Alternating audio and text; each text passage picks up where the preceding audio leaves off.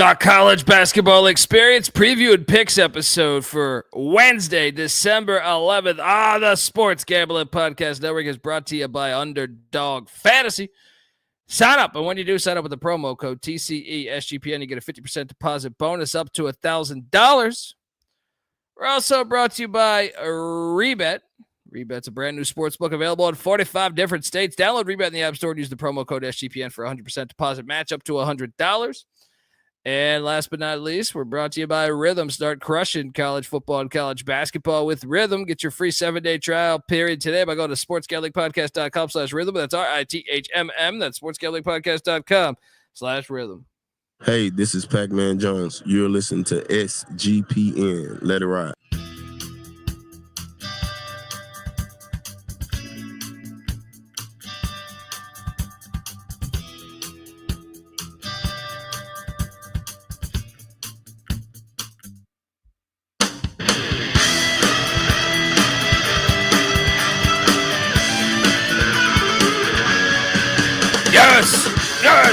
Yes! Woo!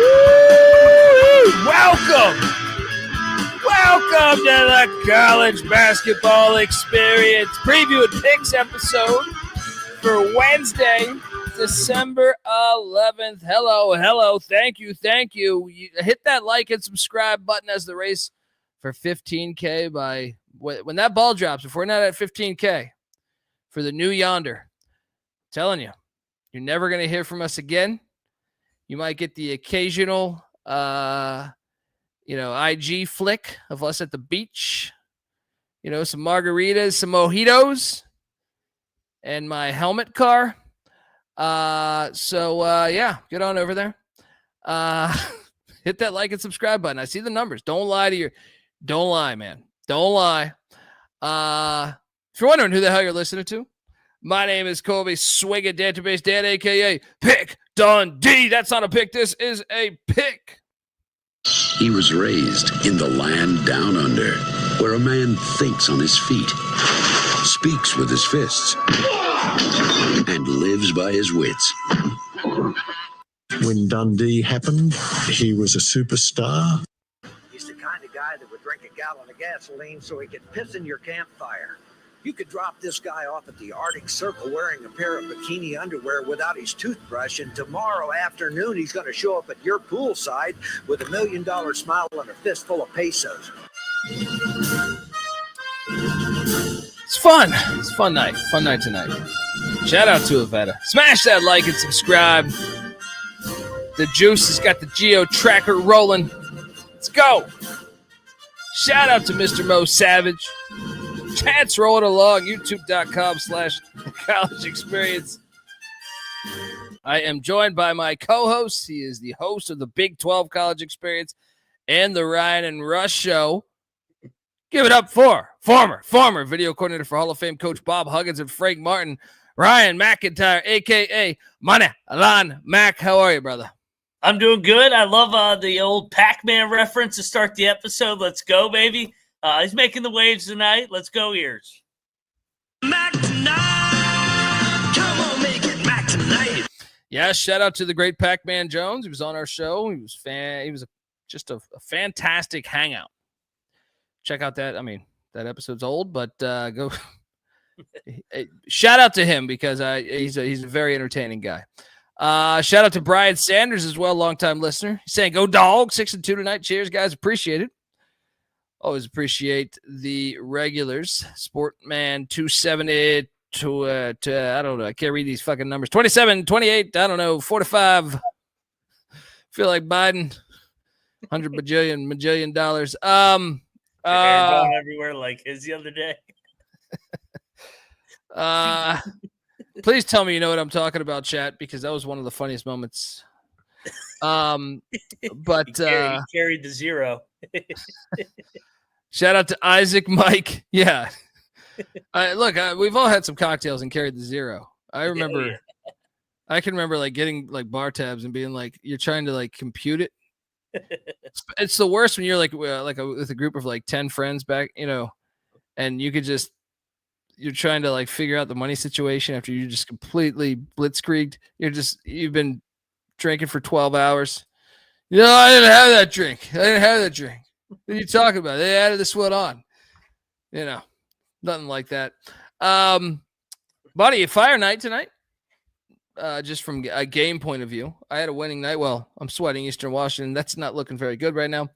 But still a winning night. I have my complaints. Looking forward to bitching and moaning and complaining. But what'd you make of the overall night?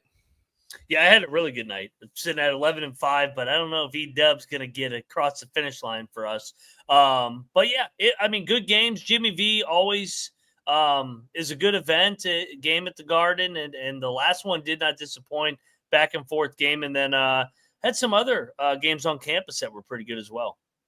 Yeah, let's get to it because we had a shocker from the start. Ate shit on this one.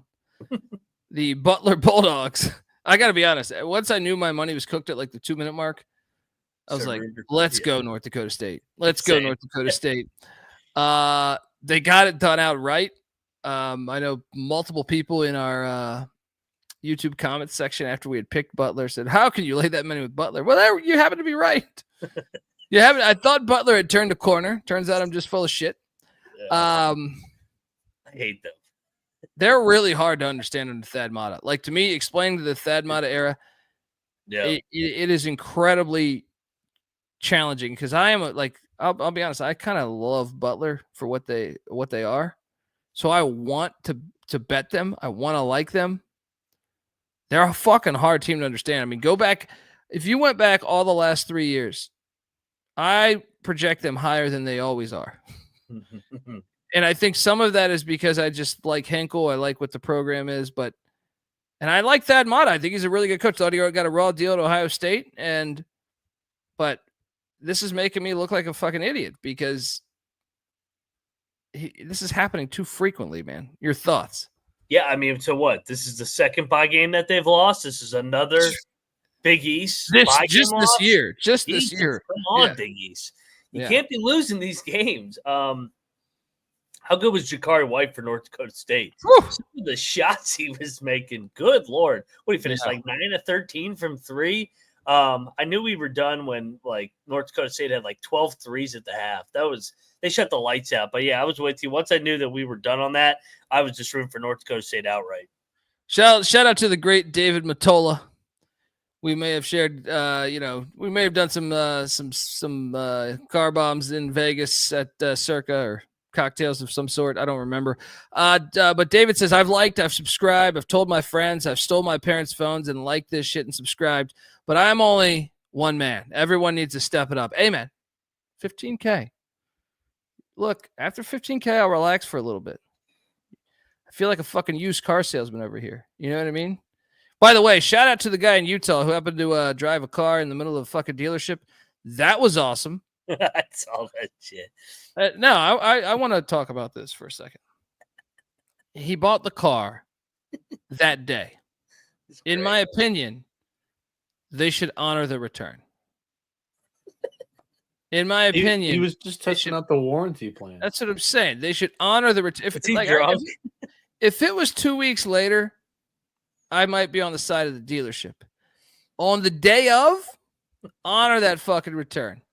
And he warned him, and then he did it. And that's what I appreciate about this guy. I know he's arrested, and I think the dealership owes him a bailout personally because I'm on his side on this one. Like the dealership, for whatever reason, I would like to know why he changed his mind. Maybe it was just something as simple as couldn't get a hold of the wife. And then he's leaving the parking lot. He's driving down the road, going home 20 minutes away, 30 minutes away. And wife says, you can't do this shit. We don't have the money. Right. Or something like that. Or, and he's like, shit, maybe you're right. I'll turn around. I forgot about we got to pay that. And they should honor it. And they didn't. And they learned a valuable lesson in life. Don't fuck with people. All right. Do not fuck with people that have nothing to lose. All right. Because this scene, I've always had dreams of this, whether it was Blues Brothers going through the whole entire fucking mall. I've always wanted to do, I've had moments in my life where I've wanted to drive a car through something. Never done it. I told you, I think on this very show that it was a dump truck. I've always wanted to take a dump truck through someone's house. Watching this is like the most satisfying thing you can get besides actually doing it. Yes. And what it was hilarious. One of the comments I saw in that video was like, "Why is everybody fat as shit in this video?" Just classic moment though. Mac, your thoughts, and do you have any plans on potentially driving into anything, a store? You know, there's plenty of stores where I've thought about this before. Oh yeah. Yeah, the DMV is the first spot I would like to drive right. Oh yeah. Fucking there. Oh yeah. Fucking just blow that thing up. Yeah, it's yeah, I'm just watching this video. He gets out of the car and just slams it off. Yeah. I like he's got that nervous energy because he takes off his jacket and puts it up on the hood and then he rolls up his sleeves like he's about to fuck these dudes up. And nobody wanted that smoke, by the way. Right? But then like, why are you trying to fight us? You're the one that drove the car. Yeah. There's one guy that's like, call the cops. Right? No shit. All right. You just drove through your whole entire fucking establishment. But the best part is like he takes the jacket off, puts it on the top of the car for like 5 seconds, realizes nobody wants it. He grabs the jacket. I'm going to walk out of here. I'm going to walk out of here and get an Uber or go have a coffee, sip like Big Lebowski style, sip my coffee. Right? Just fantastic stuff. I would buy him a beer. I'll be honest. If we get the 15K, I might shift the next movement into us trying to bail this poor bastard out. I'd like a little more intel on why, but I feel like I'm 95% there that I'm on his side here. Let's go. Fantastic stuff. How long is he going to go to prison for, you think? Yeah, that's what I'm saying. They better not. What's the crime for that? It depends, I think, on the state. That's what I'm saying. They should drop the charges. The dealership should drop the charges, but they won't because they're little bitches. But all they had to do was reverse that thing. Honestly, that's a big buy. And if it was just a little while ago, Noah, can we play this video? This fantastic video. It really is great. No, that's a dickhead move though, because they let you test drive this thing sometimes for a while. If for whatever reason he wanted to return it, and he didn't have it long enough to actually, like, if he returned it in 2 weeks, you're like, I don't know, dude. You know, it's different. Even if it was a day, but the same day, I think he's in the right here. Here we go. YouTube.com/The College Experience. This guy just absolutely. Can we get audio on this by chance? Because I really enjoy this guy's comments. Okay, let's go from the top. From the top. Whoa! Yeah. Call the cops! Wait, do we get the jacket? Does this not have the jacket in this video? Let's see. Whoa! Call the cops! Noah, can we find the one with the jacket? Can we find the one with the jacket? Because this one is not showing. Well, I've never seen this side. This one. See? There he is out there. See, I feel like if you're the cops, come on, man. Give the guy a break. These scumbags, they tried to say they went out taking it back. Like it's their fucking car, by the way, right? Why did he try through the store? No. There's a better one. I shared it on the TCE account where he puts the jacket up on the top of the car and then goes and gets it again. No, I'm on Team Maniac here. Yeah. And look, he takes the jacket off, puts it on the top of the car, like, hey, gets the sleeves up, like, hey, fuck you. And then he's like, no, wait a second. You gotta cool down. No. We get that jacket. Shut it off. Fantastic. How is this guy going out there to like? None of these people wanted to fuck with this guy. Why are those people so fat? Jesus. Don't move it. Don't move it. There's evidence. It's fucking evidence. Look at this guy. No. It's time for the lunch break. Call the police. Call the authorities. All you had to do was reimburse him. He had not even left he had not even That's a guy that. Yeah, he said I told you. Fantastic. I need this on the soundboard. I need that sound drop on the soundboard. That is the sound of winning. I don't care if he got arrested. He won in life today, in my opinion. He sent a message, and I guarantee you this. The next time they go to sell a car, I guarantee you this. And someone takes it out for a couple hours and says they got it, and they go to return it, they're going to think differently about fucking their options. I guarantee you that. They're going to say, you know what? I understand I put the sell through, but you know what? I can reverse this. I can reverse this. It takes a little bit of extra work, but I can reverse this. And even though he's going to have to, he's taking one for the team for all of us, really. He's sacrificing. He's going to go to jail. He's going to do some time. He's going to come out with some community service. And, but the next person that wants to return the car, he basically took a bullet. This is like back in the Civil War when you're reloading the musket and you're just standing and you just got to take one for your side of the war, right? This guy did it.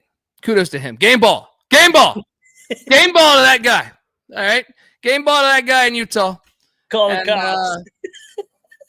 Game ball for sure. Anyway. That's great. I love the guy. He just says, call the cops. Yeah, fucking thanks. Yeah. I'm pretty sure everybody from across the street, even people at like the Taco Bell, are sitting there like, "Damn, did you hear that?" It's like they fuck with the wrong guy, right? And they did. They fucked with the wrong guy, and they're lucky that it was minimal like that. Like no one got hurt. He could have done a lot more damage. But Team Maniac, shout out to Rob Donaldson. He's donating $20 to Team Maniac. I completely on the side of Team Maniac here. What the hell are we talking about here? North Dakota State, great.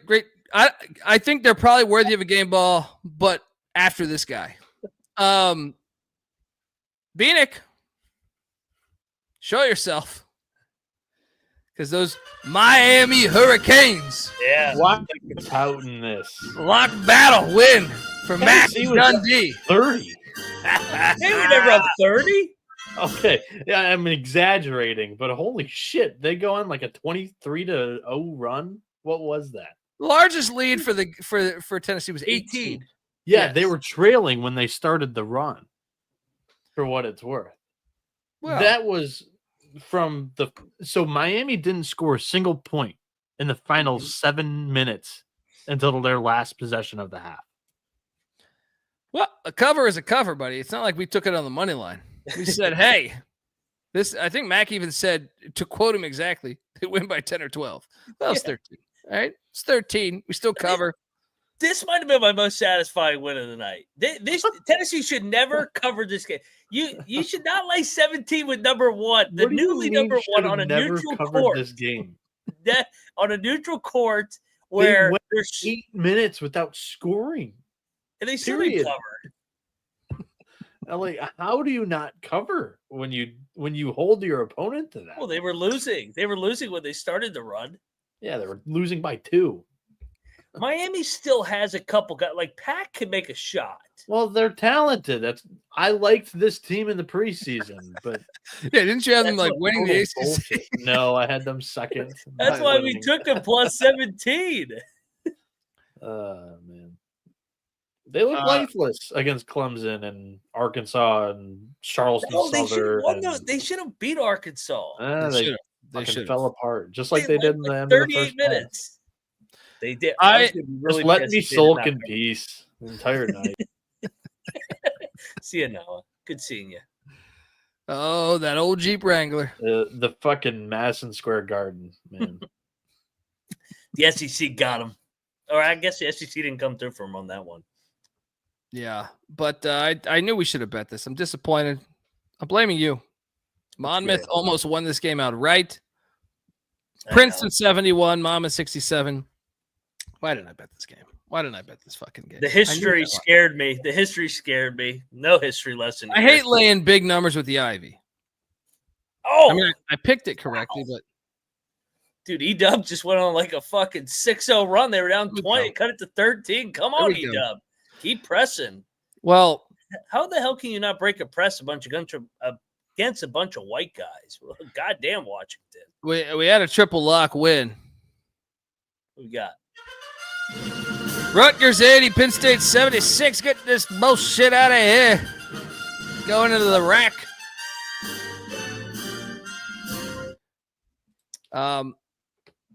Great game. Almost blew a 17-point lead.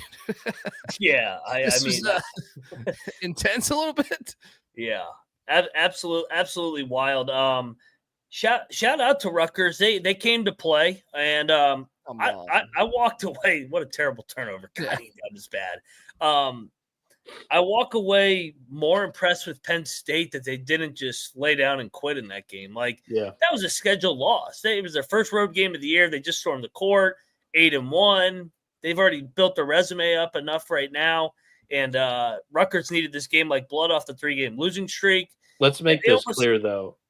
What's that? You got to schedule a road game before you go into conference play, and your first road game is in conference play.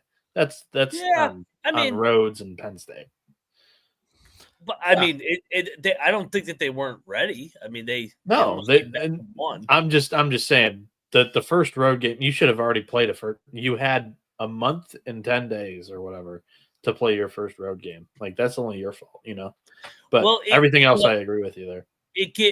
In fairness to them, it's the opener keeps getting earlier and earlier and earlier. It used to be January 1st was the opener, and you would have a chance in November or December. But now it's like, fuck, if you don't schedule a road game within 3 weeks, you're screwed. You're going on the road first game of league play.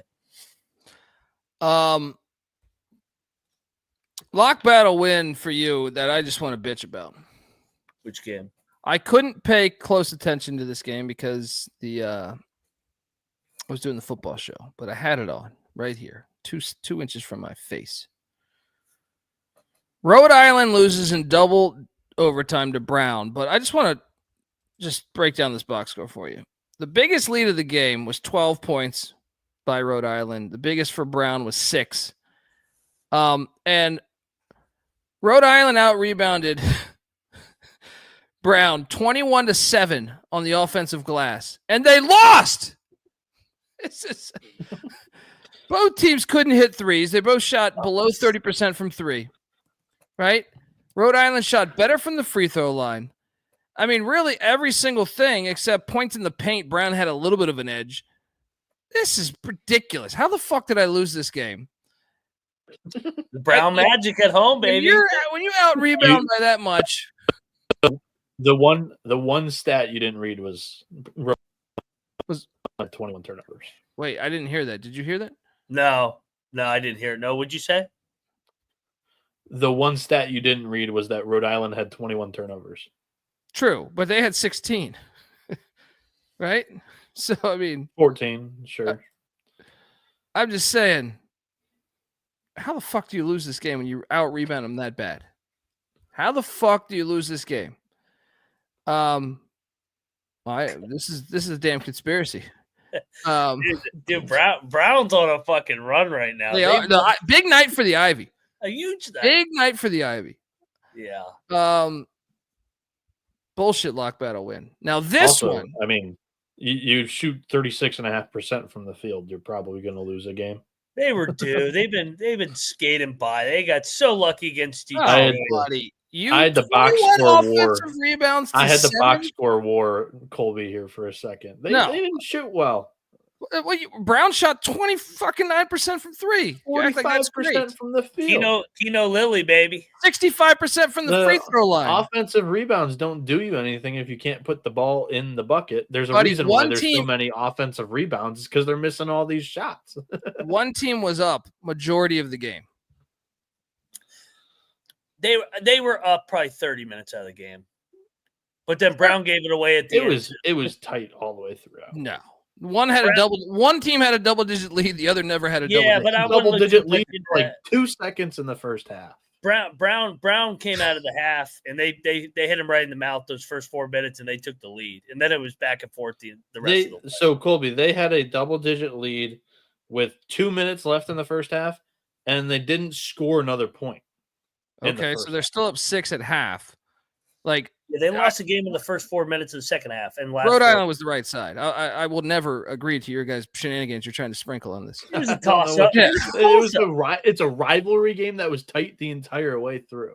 Yeah, but if you told me you're going to win 21-7 on the offensive glass, this should be. I would make that bet every fucking day. You caused me to go and look at the box score, and they couldn't hit the broadside of the barn. That's why there was 21. But you act like Rhode Island was shoot. I mean, you act like Brown was shooting the ball well. 45% from the field. 65% from the free throw line. 29% from three. They weren't fucking killing it, Noah. Okay, and the Rhode Island turned it over on 7 more possessions than Brown too. Where are you getting these numbers? My turnovers say differently. I've got the analytics. EDub sold for us. Why did they get me excited with that fucking bullshit press? They suck. That means I'm barely up. That means I went even ATS, but two teams, two plays saved me by a little bit. This is a lock battle win. I'll fully give you. West Virginia destroyed North Carolina Central. Okay. Right play. Hold on. This was the right play. Hold on. Don't give him this. Yeah, I pulled it. He pussied out. He pussied out after the Tucker DeVries. DeVries is out for the next 3 games. You know what we do is the 1 game bump when a star or an important player is hurt. 1 game bump. No, the one game bump doesn't apply when you're a 25-point favorite. They could have won a 1 game bump and won by 22.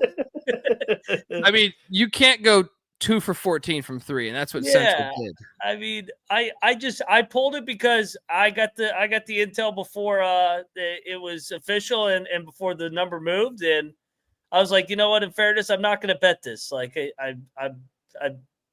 I think West Virginia. I thought it was going to land around 25. I wasn't going to pound my chest. We're going to win by 40 without DeVries. He's the best player on the team. I love how Mac contradicts himself there. He goes, I got this news before everybody else did. So in fairness, so I tweeted it. It's not a lock battle. So it's not a lock battle win for you. Yeah, I'll give you one back. I still kicked your ass. You can have this one back. Go Ears, baby. They look good. They look good. The Orange Men covered against Albany. Didn't bet this game. I don't know how they covered. When I was watching, Albany was within that number, a lot of it. By the way, you got to fade the team of the week, North Carolina Central. They felt good going in there. That's like we got to break down the analytics on that, Noah. What's the team of the week? The game after they get the tweet. You know what analytics I want. You know what analytics I want? The team of the week, the amount of times they've been given that award when West Virginia is playing them the next week. Because it's happened like 2 or 3 times now. Gonzaga and now NC Central. I mean, Gonzaga, they were unbeatable. Gonzaga not only did Gonzaga get the team of the week, they got Moneyline Mac #1 in the country. And then, boom, get him in Atlantis. I knew what the fuck I was doing. We cashed on him up and sneak in the back door. We cashed on the Clits. They only lost by 4 at Davidson. For a second, they were down double digits there. Yeah. Shout out to the Clits, the classic rivalry game. We hit on this, and your thoughts on Davidson surviving the crosstown battle against the Clit? Game kind of went the way we thought it would. 1 possession game. Davidson survives. They got to be the worst 7-2 team in the country. I'm not impressed with them. Yeah. But then I look up, I go, damn, they're 7-2. McKillop Magic. So I was going to take Xavier, and you guys convinced me with this crosstown classic on the other side. Yeah. Cool. I didn't bet this, but I'm just saying I try to get every game right. I'm competitive. You know what I mean? I try to get every single game right. Holy shit. Xavier almost scored 10,000 bajillion points. It's a bad team. Morgan Bad State. play. Incarnate Word did get the cover against Duke. We should have bet that. We didn't. We should have bet that. That game was never in doubt from a cover standpoint. Like, talk about a good team going through the motions. Duke just looked completely disinterested tonight. They're like, we'll win by 25, and they did. They did.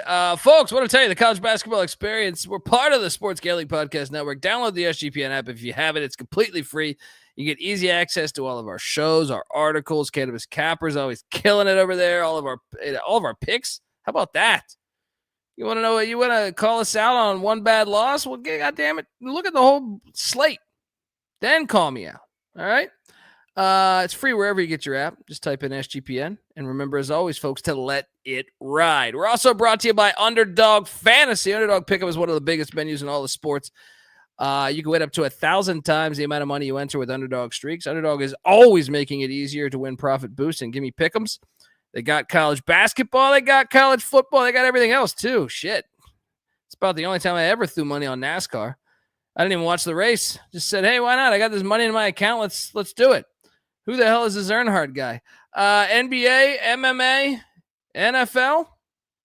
It's all there for you. CFL, fuck everything.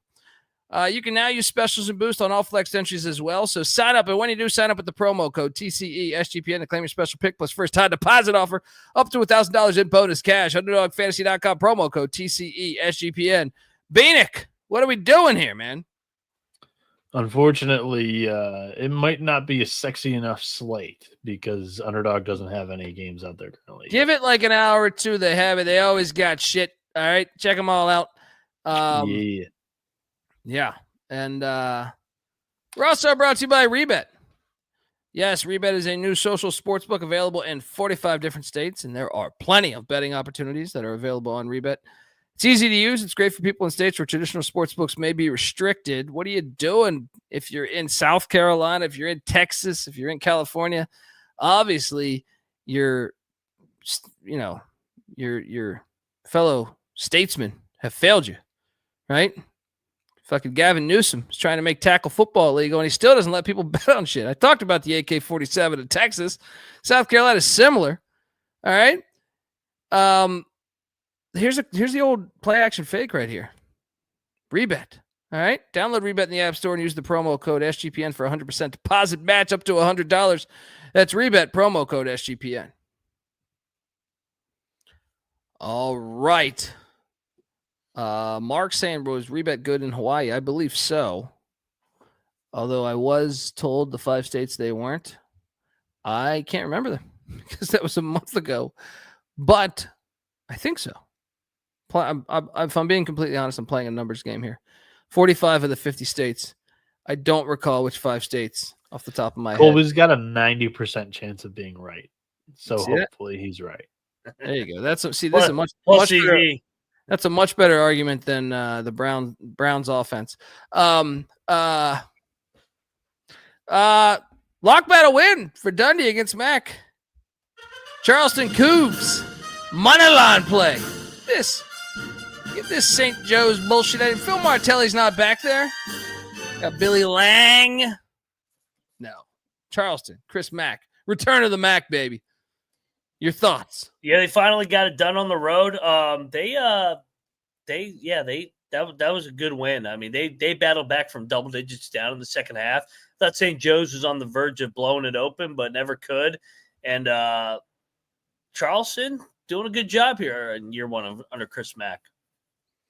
Yeah, I mean, they were down at the half. I mean, this is kind of, I understand. I think it got to double digits at one point. I think it was 11. 11. Yeah. It was. Yeah. It was. I thought Charleston was getting ready to lay down, and nope, they kept battling. How the hell did Charleston win this with just 3 offensive rebounds here? You know what it is? They didn't miss one free throw. That's why. Because they got Staples. St. Joe's was 5 of 10 from the free throw line. Charleston 13 of 13. When the Staples are sharp, things start happening. Block battle win for you on Florida Atlantic against Jacksonville. It's fucking Dolphins. Oh, this one was never a 6-point game at halftime, dude. Yeah, but you could just see it slowly. It was like it was one of those slow deaths. Like you could just feel it. It's just like, oh no, it's inevitable. And then boom, the avalanche came around the 10-minute mark. Our problem was our boy Robert McRae, who is a dog. He didn't have the greatest game. Just 8 points, 5 boards, 4 assists. Normally he goes for like 20. I feel like that was why I lost this game. You should reach out to him and blame him. Sure. I love when the players go and tell the people, go fuck yourself in your bets. I absolutely love it. Yeah. It's I've always wanted to do a TV show. I feel like a lot of people probably have this idea where, like, you know, have you ever been to a game? I remember specifically going to a Bullets game, a Washington Bullets game, where it wasn't like the Bullets sucked. They didn't have many passionate fans, but they were coming at Kevin Willis. It was just a gigantic power forward with just ripped. Just absolutely ripped, like he's fucking mad, you know, just like Conan the Barbarian or some shit. And they're calling him, you know, he made a couple big baskets in the clutch, or he had big free throws, I think. But they're calling him all types of names. And I'm just like, you would never say this to his fucking face. You would never. This is the only realm of life where you can get away with saying you're a piece of shit. Your mother's a cunt. And like, there's no penalty for it. I think you should have a show where, like, Kevin Willis knocks on your door, or whoever. Yeah. And we find the address of the person that says this shit. No doubt. I love and you knock on the front door, and it's like Kevin Willis or whoever, and say, "What'd you say about my mom?" I guarantee you, they're gonna be sitting there being like, "Let me make you breakfast, man. I'm sorry, I was drunk. I mean, you've been drunk before, right?" Anyway, I just feel like that'd be I don't know how that hasn't been a show yet. Can you imagine, like, all the people that have talked shit to Shaq? You know what I mean? Or just some gigantic in football, you know, Ray Lewis. Yeah, and it's like, yeah, what are you gonna do? You gonna say now, bitch? I'll say it on this show, and I'll be honest. When I go to the stadium, I wouldn't do that. I'll say, hey, fuck you to a lot of fans, a lot of players. I'm sorry, not a lot of players personally, but like, just I'm like, the team fucking sucks. But you say it to the player's face. That's why, you know, I don't know. It should just be a show. How has it not been a show yet? You would think, with all the bullshit reality shows, you know what I mean? Like, how is there not, even if you rig it, because I feel like most of the reality shows are fake. Why don't you fake this? How is this not a thing? This would be a huge hit. I would tune in every time to see some idiot who's talking a bunch of shit, and then just, Kevin Willis beats the shit out of you. Well, you know, it's funny. The only sport where they actually say something back and they stop the game is the NBA. The NBA, those fucking sensitive little bitches will stop the game and go over there. It's like, man, why don't you just fucking punch the motherfucker? Oh, yeah. But those guys are so goddamn soft, they won't do it either. I'm sorry. Bill Burr's got an unbelievable bit on that, on when the Malice at the Palace. Yeah. He's got a great bit on that. I forget how it goes, but it's like, well, they finally came up in the stands, and guess what? They destroyed everybody. Like, he's like, one guy, I'm doing Burr's bit no justice, but he's like, one guy who points and tries to blame it on the other guy. He's like, you can tell this guy's never been in a fight before. Yeah. Because he's sitting there saying, I didn't throw that bottle. That was him, but it was too late. He just gets blasted by Jermaine O'Neal. Right. and you learn a valuable lesson. You don't sit and point. You just say, hey, that's not me, or you strike. It's LeBron and Durant. Those are the two that, like, get guys thrown out of the games. I'm just like, God, you are so fucking soft. Like, that is bullshit too, though. If you're gonna hear, so cowardly. It's like, oh my God, really? You're gonna stop the game to throw them out? Like, fuck you. Why do I feel like that happened in football this past weekend? I feel like I read a story. Well, I will say referees have been doing it more recently. And that's a different rant for a different, these referees, like, I know everybody loves tweeting out high knees. The egos on these fucking referees have got to come way the fuck down. Yeah. We don't pay to go watch the ref the game. We go to pay to watch the coach and the players play. And these referees with these under 2 minutes and some of these calls, and it's just going to get worse and worse as we get into conference play. They're already out of control, and it will get worse and worse the brighter the lights are. Yeah, I remember one of the things that I think Mike Leach took a strong liking to us was one time I was in LA when I'd first moved, and I went to like I don't even know where the fuck it was, like a Dave and Buster's or something in like a shopping mall. And I had been gifted by a buddy of mine a Wayne Corbett Jets jersey. So I was like, oh, let me throw on this Corbett jersey. That's my guy. And I'm walking, the Jets had played the Raiders, and I'm walking through the mall after the game. I think the Jets won, if memory serves me correct. I could be full of shit though. And all I hear from behind, like from far away, is, "Hey, Sherbet, you're a faggot." Right. And I get ready. I had it in my head. Like, I'm ready to talk a bunch of shit back. "Oh yeah, fuck you." Right. I turned around and it was like 11. It looked like to me, like 11 the black tatted hole of the Raiders. Tatted up Mexican dudes. Right. And I was just like, yes, I am. Yes, I am. How you doing? Right. And, I remember telling Leach this because Leach was telling me he almost got his ass kicked at a few Raider games. He goes, "You got to watch yourself at those Raider games." But it was just a classic moment where I was just like, "Yeah, I am. Yeah, I know the moment. I know when to shut the fuck up, right? Or go with it."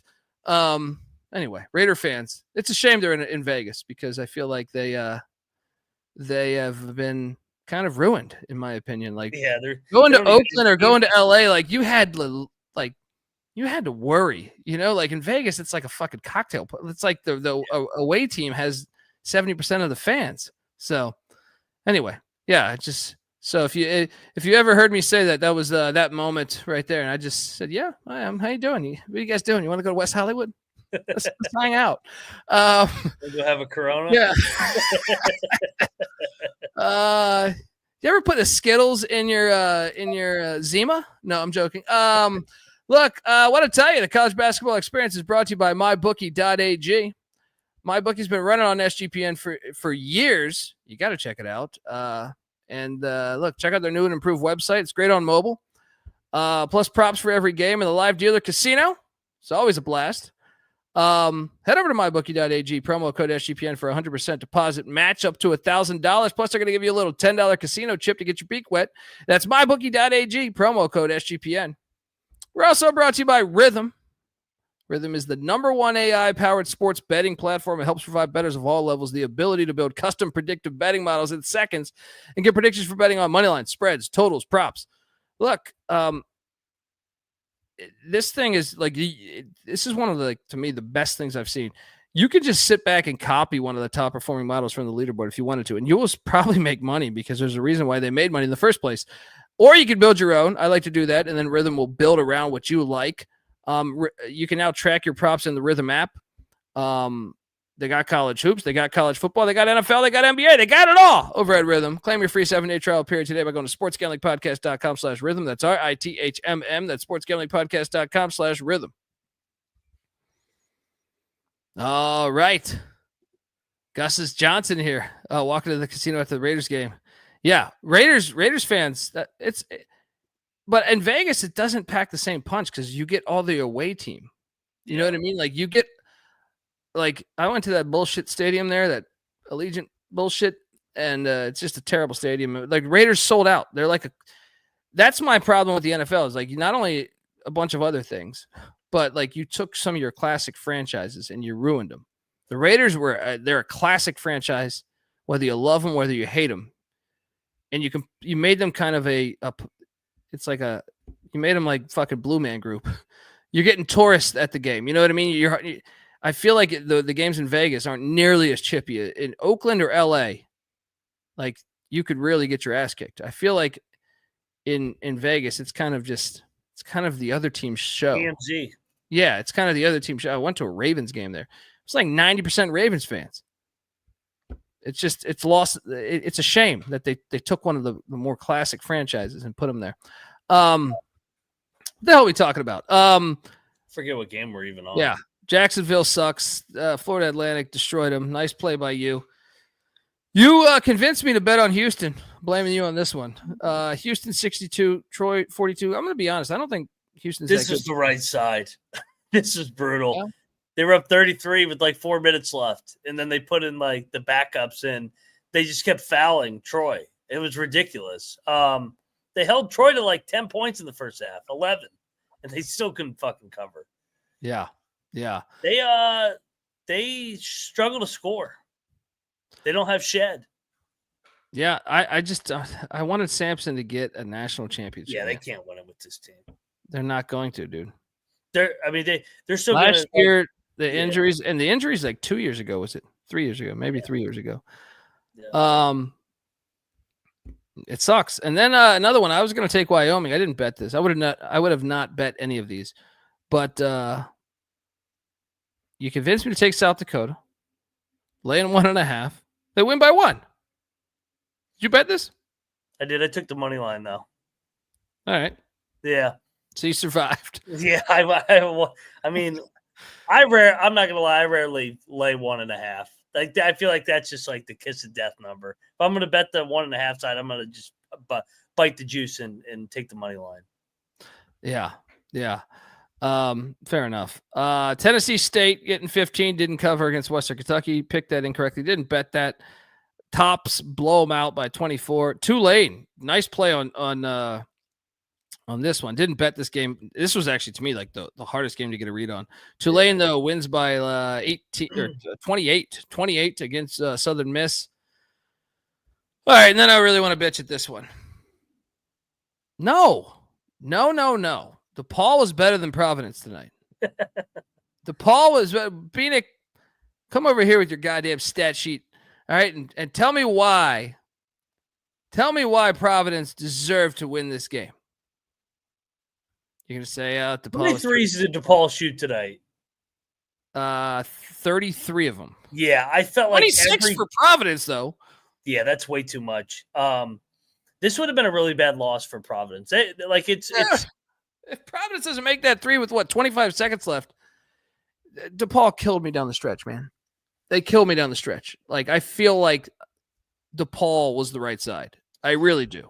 It probably was, but like I'm saying, like you look at the rosters, like Providence, you guys have some dudes on your team. You had to get that game. Like DePaul's a work in progress. Enright's a good story. But Providence was out. I mean, they won the game, but they were out to lunch. How many times did they foul a 3-point shooter? It was actually like both teams in a way played to lose in a way. Yeah, it was brutal. Yeah, it was a brutal watch at the end. I don't know. It was frustrating because I'm sitting there like we have it down like DePaul had like a 3 or 4 point lead for a good couple minutes in the final couple minutes, but they couldn't do anything with it. Providence would miss, and you're like, all we need is a bucket, and we can solidify this. And then obviously Providence hits this 3 from way out that ties the game, sends it to overtime. I knew when it went to overtime I was fucked. I knew because no one was at that fucking stadium. Where were you, Cannabis Capper? Where were you, Cannabis Capper? It was all Providence fans. Yeah. The guy like courtside who's in the shot every time is like just throwing his arms up. Unbelievable. I feel like these two lock battles between this and Brown, it was tough. I'll take the North Carolina Central lock battle, or even though you didn't battle me, apparently, but I'm saying like I'll take that loss over one of these losses all day because this one was painful. I feel like they had like 6 chances. Like Providence couldn't score in the final 3 minutes.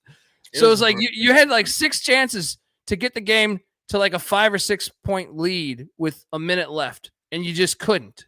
You couldn't. I don't know if I'll take Providence again on the road. They are not the same team away from the dunk. Yeah. Hopkins still looks injured too, by the way. Yeah, he doesn't look 100. He's got no pop. He's got no he I don't think he can dunk right now. Yeah. Like he's so below the rim coming off that injury that it's hard to watch him. We got saved by the hook on Wisconsin and Illinois, but we did hit the 6.5. Illini 86, Wisconsin 80. Good game. I'll be honest, I threw a little bit on the money line. Ate shit, but they backdoored this. Got an M1 3 down. They were down 10 with like a minute left. Hit a 3, got fouled. More 3-point shooters being fouled in this game. Wisconsin fouling jump shooters. Illinois fouling jump shooters. But yeah, good win for the Illini. They got Tennessee on deck in Champaign on Saturday. Yeah, and then we got a double lock win on the Arkansas Razorbacks, who almost shit the. Oh my God, the execution in the final couple minutes. Got like a ISO possession with an air ball. Arkansas, I played this on the money line. Probably the only reason why I made a little bit of money tonight. We got it done, man. But I'll be honest, if there was 5 more minutes in this game, I don't think we were winning this. Yeah. Arkansas made some shots tonight, finally. And sometimes we got to fade our own takes. The other night I said, is Arkansas the worst team in the SEC?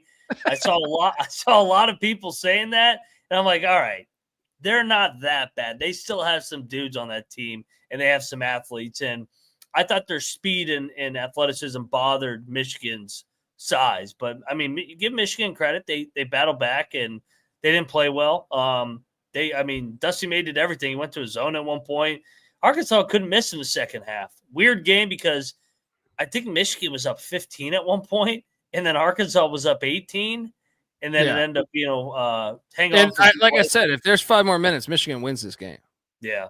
I'm pretty confident in that opinion there of like down the stretch, Arkansas's points were very limited. And even at that, like old Calipari and his X's and O's. The execution was he always sucks. I need a shot of whiskey for watching that offense. I was like, oh God, really? Someone comes out a pick. Move. So get some type of movement going. Good Lord. Fucking Calipari will never change. He goes into the press conference and he's like on FaceTime with Carl Anthony Towns, and everybody's just waiting talking for to my guy. Just talking to my guy. How you guys doing? Yeah. He is, and then he's like on Sports Center, and he's like he's talking up a storm to Scott Van Pelt. He's like, can you let me go? And they're like, you're the one that's fucking talking. He's so full of shit. Hey, Bieniek, do you still have that footage of that car going through the dealership? Because I think Calipari had worked at that dealership about 30 years ago. Because he's so full of shit. He's so full. But hey, he's good for the game. It's good to have him relevant, and he makes me laugh at least. So I just I know what he is. He's full of shit, but he's at least he's gonna own it. David in the chat saying college basketball is unbettable. Huh? What says who? Why? Elaborate, please. I would disagree. I actually think it's the sport you can make. I host the college football show. I've been a hardcore NFL fan for a lot of my life. Not currently. I hate the NFL now, but a hardcore NBA guy at one point. Love all the alt sports leagues, CFL, USFL. Maybe you can make a case on one of the USFLs or seasons before they became the UFL. But I think college basketball has always been the sport with the biggest edge to me. I mean, I know Bieniek might say baseball because I know he knows the college baseball game better, and I'll join him for some episodes and tail him on some. But I think the easiest or the sport with the easiest edges to me is college basketball because it's just too many teams for Vegas to handle. College football, I love college football, and I feel like I'm sharp, but I still feel like college basketball is number one. Would you guys agree? Yeah. Yeah. If you just are a public bettor, you're going to struggle in college basketball, though. This is an underdog sport. That's why they storm the court so much over the course of the season. You got to be able to fade some of these teams when they hit the road. It's definitely a home court atmosphere sport. So pick and choose your spots because I mean the TMZ, as we call it, those type of games where it's ranked team versus ranked team, they get a lot of action, and you best bet that the books are monitoring those markets very, very closely.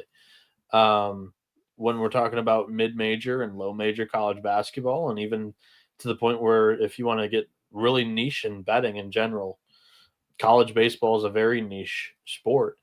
Those markets, they won't monitor them and babysit them every single day, and you'll get some flat numbers or whatever, and you'll be on the right side there.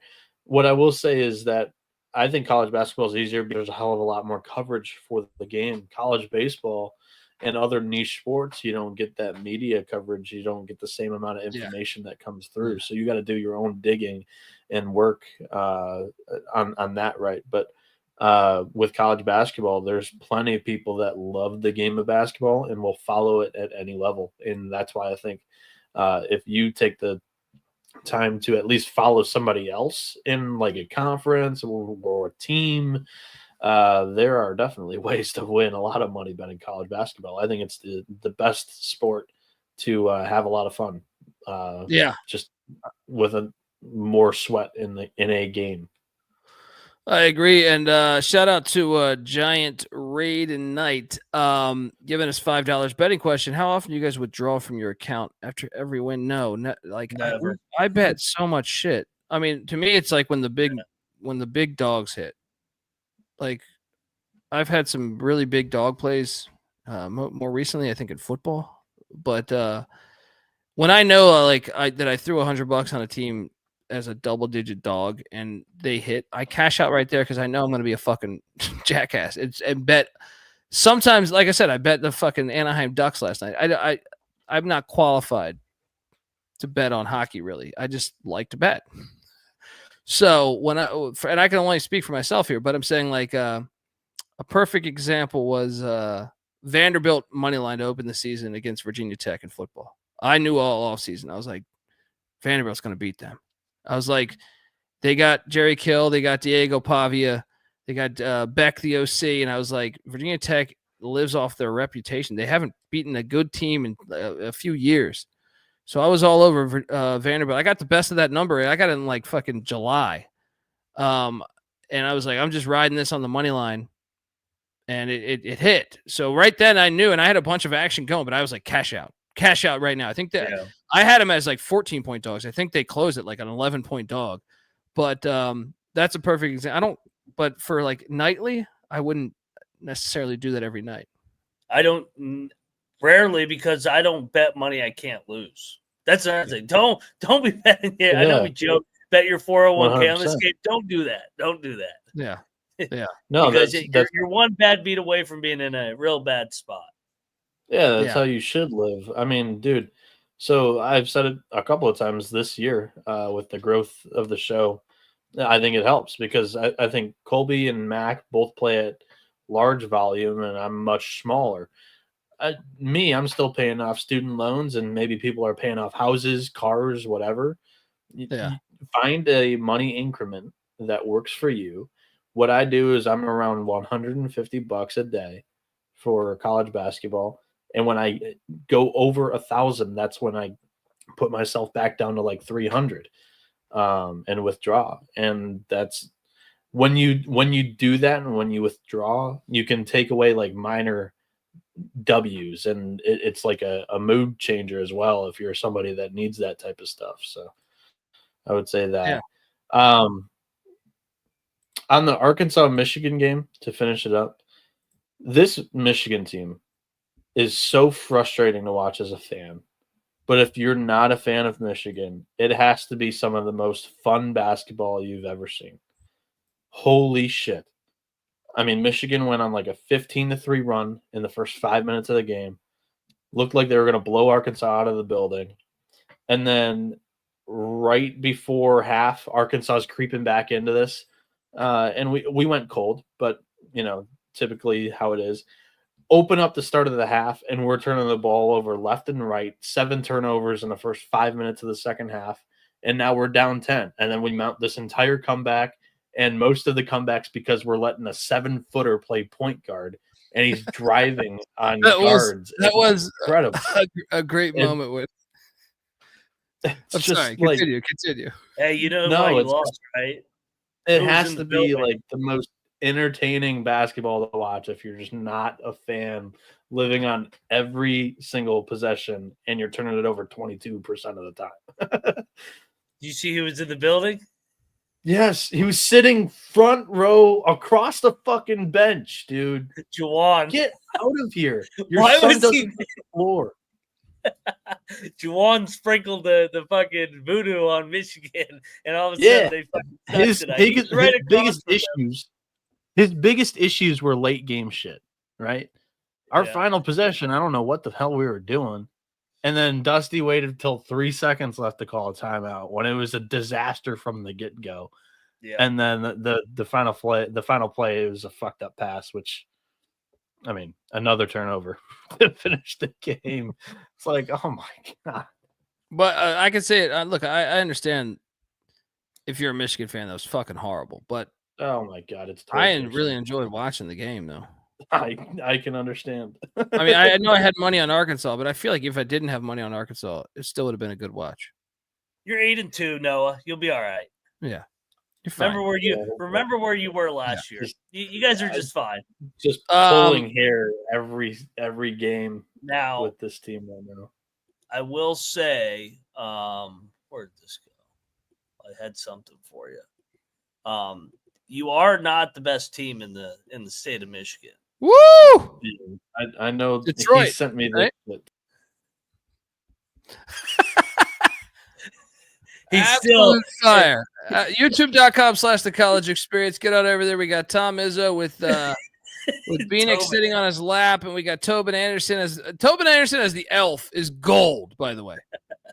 I just took my son in the past 48 hours to see Santa, right? Or 72 hours, Sunday night, right? I saw Tobin Anderson as a fucking elf there, right? I guarantee you that's who did this. Who did this? Great work.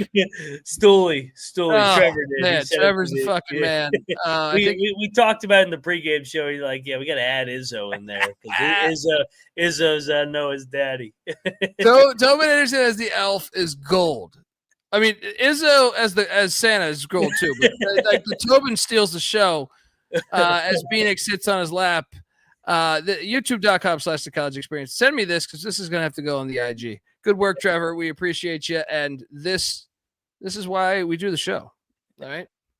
Imagine if you're a first time watcher, you're like, why is Izzo in the fucking Santa Claus? By the way, no, we're almost at that Sparty game where Izzo and Campy will be Santa Claus and the elves. It's together, literally right? next game, I think. Yes.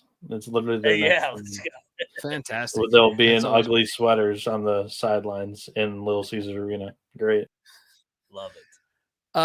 Shout out everybody. I mean, that's what's cool. I mean, if you're just tuning in the first time, you're seeing us play a fucking clip of a guy drive through a fucking car dealership 5 times, and you're hearing us talk about my Oakland Raider experience. And yeah, we talk about it all here. All right, we're a college basketball show, but we're an entertainment show. So hit that like and subscribe button. Tell a friend. And if you can, grab your significant others, whatever, iPad, phone, computer, and hit that like and subscribe on that side of things. All right. We are all about rigging the system. All right, let's go. Thank you. I just got that text. That'll be on the IG later. We cashed on UMKC. Wrong team favored. Hopping around about time, man. This is my last time hopping on the bank of them, and it finally came true. 69-64. Yeah, they're robbing us. Yeah, they're robbing us. Yeah. I mean, I'll be honest. I woke up to that. Hold on, go back to that, Bieniek. The podcast awards. What was it again? Sports Podcast Awards. Am I supposed to know what that is, though? Is that like a real thing? Yeah. Who was judging it? I don't know. I saw people posting like vote their podcast, and I'm like, oh, let's check. I was like, are we gonna be in this? Let's see. And no. So then I cooked up a great meme. That was good. I appreciate that. Thank you for that. But I also feel like, I like being off the grid. You know what I mean? They didn't put us there. It's okay. They probably don't want that corporate money anyway. I was about to say, I can't help but think we're not backed by CBS, nor do we want to be backed by CBS. So, well, unless they give me millions of dollars, I can sit on a yacht, have a moat, all that shit. But I don't think I want to be backed. But you never know. I don't want to rule out. I want to choose when I sell out. It's got to have a moat. All right, got to have a moat in the demands. And I don't know that we're there yet. Colby's gonna be going SEC. I'll be buying cocktails for Greg Sankey. I won't even. We should get 6 bids in the college football playoff. You get Vandy in there. I won't even lie either. Like I listen to quite a few podcasts and YouTube shows in general. I hadn't heard of half of that list that was on that screenshot. That's why I was like, okay, let's tweet this out and we'll see how much interaction we get for it. But the best part about all of this to me is like, it's like someone said the other night that we should be canceled. Well, no, we can't because we are. I like how we could just be us. You know what I mean? I've had friends that have worked elsewhere, and whether through stand-up, whether through the movie industry, whether through, the music industry, whether, whatever, and you can't be yourself, which is ridiculous to me. We could be ourselves, and I think that's our edge, even though we're not voted by this bullshit. I like the fact that we're our own boss. You know what I mean? Who sits around going, you guys should be canceled? Get a fucking life, you fucking loser. That's the best part. That's the best part, though. It's like they don't realize that we actually are the ones also putting the work in behind the scenes. Yeah. You know what I mean? So it's like I would assume that anyone that has like a record label where they own the record label would say the same fucking thing. It's like, this is the best part. Is like, you could do whatever. I don't give a shit. You know what I mean? Like, whatever. All right. But yeah, anyway, we didn't get voted for some award I never heard of. And if you want to vote for us, you got to find out what that award was, because I don't know what the fuck it was. Bieniek, I don't know. If you want, you could feel free to share whatever the fuck that award was. Like, what is the history? Is that like the Oscars? I don't know. Like, you can't get in now, though. Like, those were their nominations, that list. But who are they? Like, who the fuck even values that? I'm curious. Oh, I don't know. Is that like a real thing? It's probably like People's Choice Awards for sports podcasts. I bet. I don't know. Okay. Well, it's okay. They probably don't like me on several. I'm probably ruining it for you guys or both of us. We say the Redskins on the show because it should be the Redskins, all right? I mean, I'm really losing a lot of sleep to that. I'll die on that hill, by the way. I will die on that hill because I believe we're honoring Native Americans. But it's okay. Anyway, I'm heartbroken we didn't make the list. Yeah, the list of something I didn't even know the list existed. Sure. Wait, is that real? Mina Kimes won it? I don't even know who that is. She's on NFL Live. I don't. I could not pick her out of a lineup. Like, does the name sound familiar? Sure, but I could not pick her out. If I gave you a lineup, you'd find a way to pick her. Well, why don't you do it?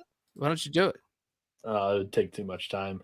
But the Asian lady on NFL Live. There you go. She's terrible. I haven't watched NFL Live in like fucking 5 years. I was just stereotyping, like Colby would pick the girl out. It's the one. I've actually heard this too. Like, as I was in journalism as a major at college, if you weren't good looking and you landed at a great spot or a great job, it means you're doing your job pretty damn well.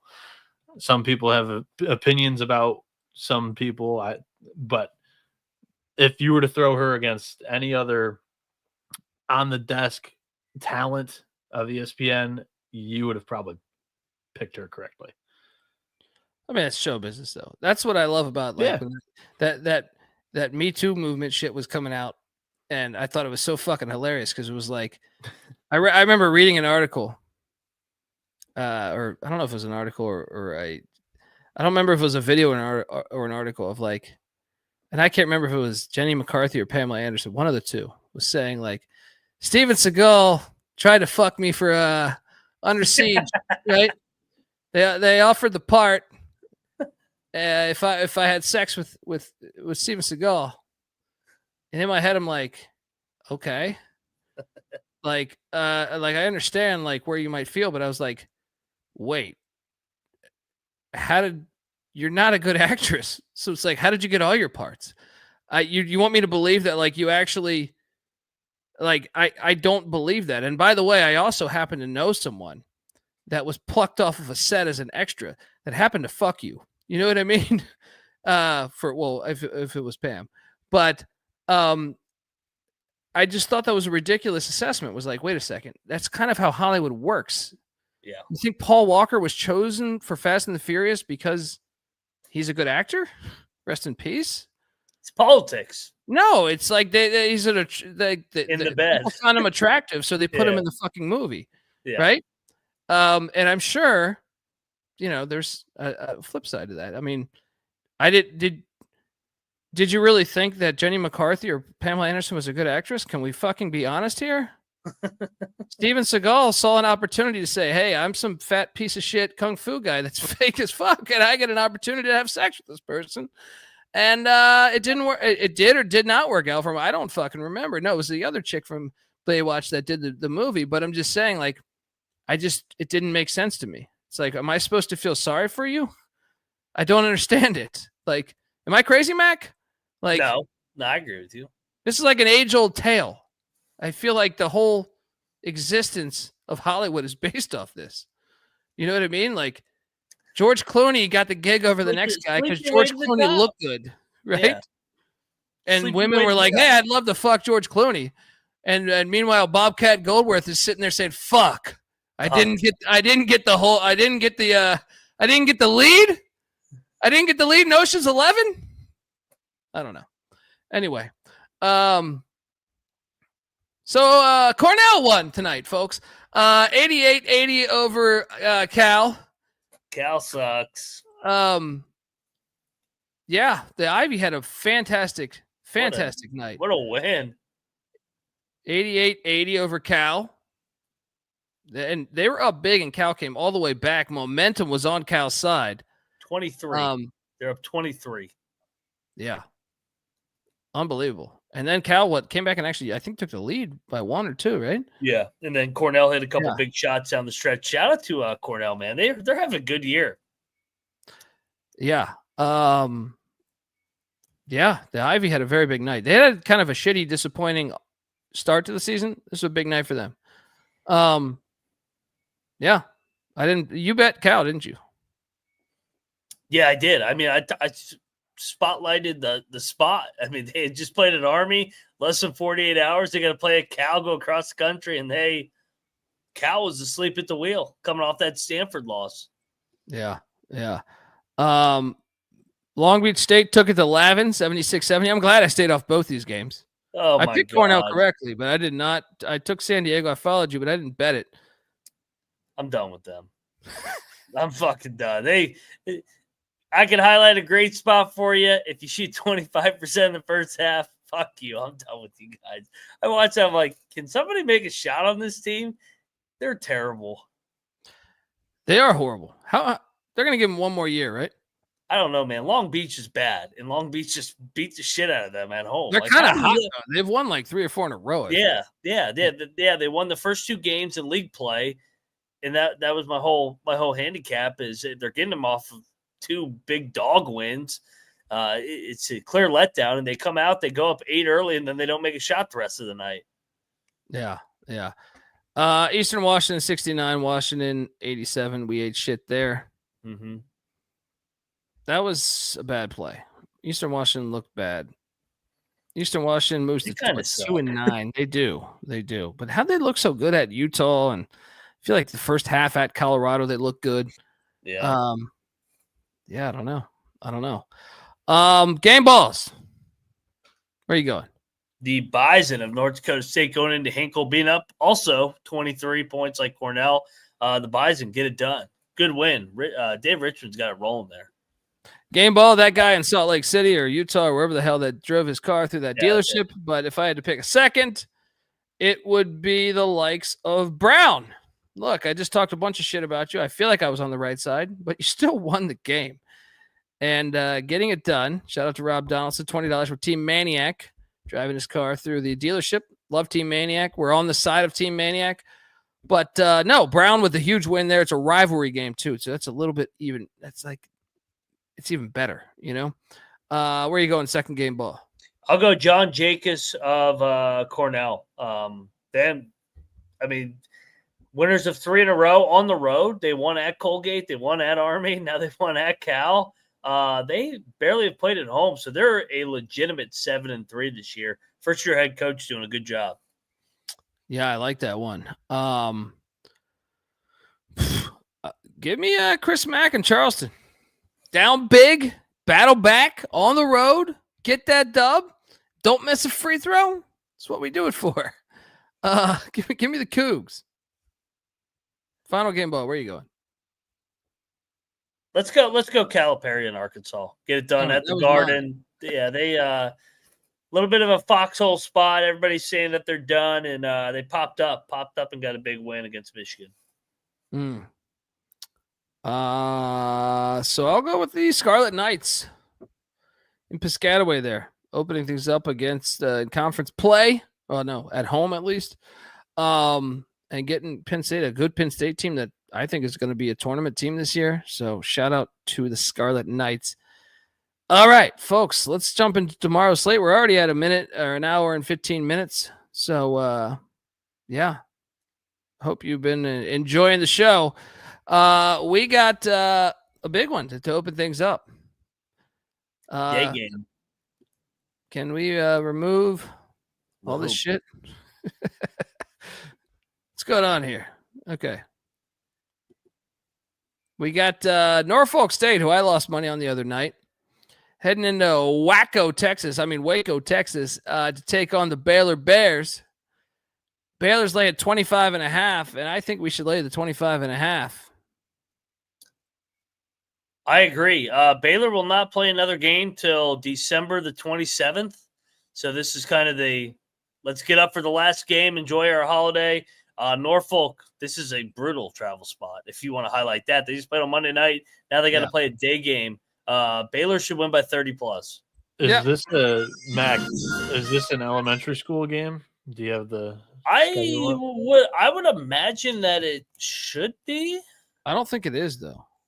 I don't know. Like they're going to show up regardless, just because it's Baylor. Yeah, it would be on a calendar promo or whatever. Yeah, I didn't think it was.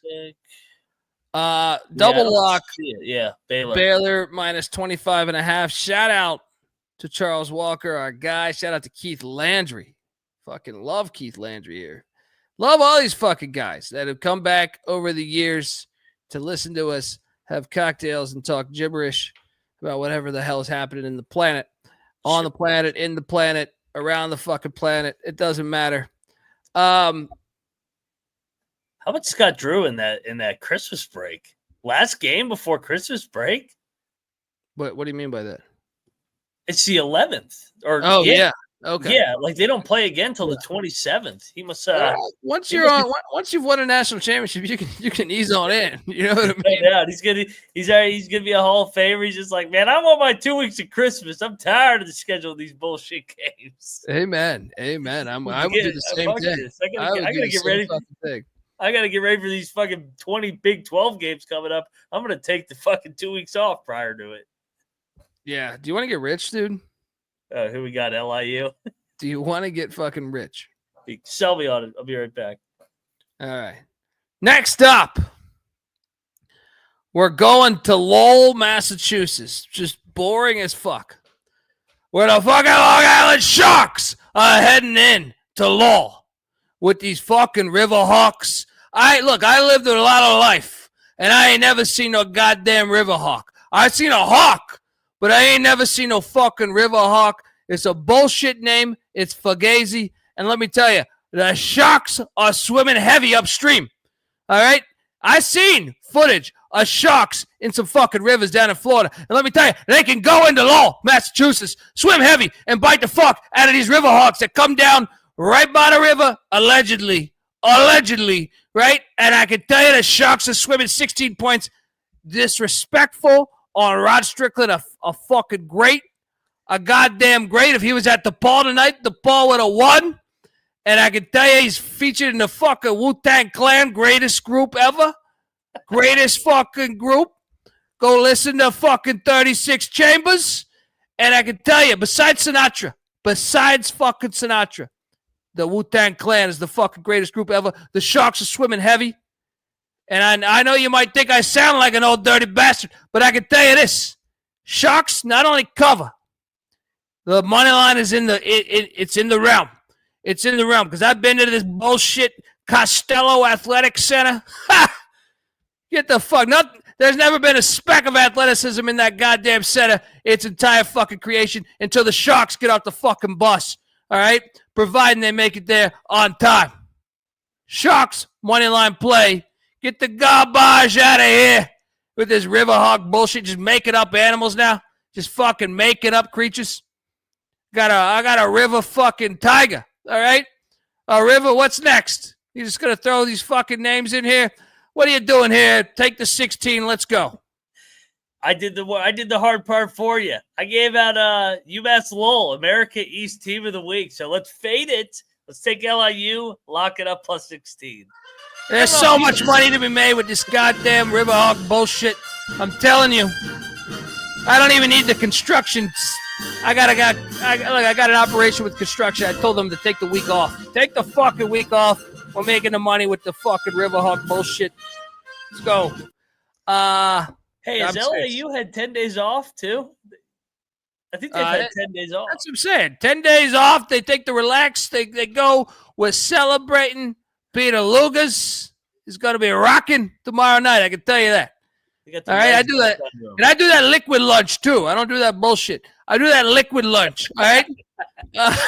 Folks, that's a double lock. I'm just going to go ahead and say it's a triple lock. With the way I saw Bieniek in front of that goddamn Jeep Wrangler last night, it's a fucking triple lock. I don't need him to co-sign it. He's on board, all right? Even though I can bring him to Peter Lugas, he orders the fucking mashed potatoes as a fucking entree.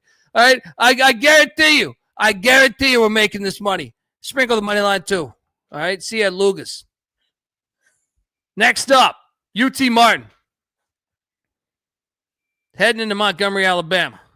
Alabama State laying 5.5. Ooh. What? First home game of the year. The stink is heavy in this one, man. Stink is really heavy. Make this make sense to me. Make this make sense to me. UT Martin has actually cashed on us a couple times. They're coming off a 62-point win, or no, 52-point win. What am I missing here? Last time they played, Martin won by double. What am I missing here? What the fuck am I missing here? I think they're just disrespecting Martin. I mean, KenPom has Alabama State favored by 8. Really? I was like, what? I'd say we fade KenPom and go UT Martin, lock it up, sprinkle some on the money line. Yeah, I mean, the only thing I'm down to bet this but I think UT Martin's a better team than Alabama State. Am I crazy? Yeah. I mean, I think that they're pretty evenly matched. Alabama State's they've actually been okay. I mean, I know the Southern Miss game got away from them, but dude, Alabama State is 337th in defense.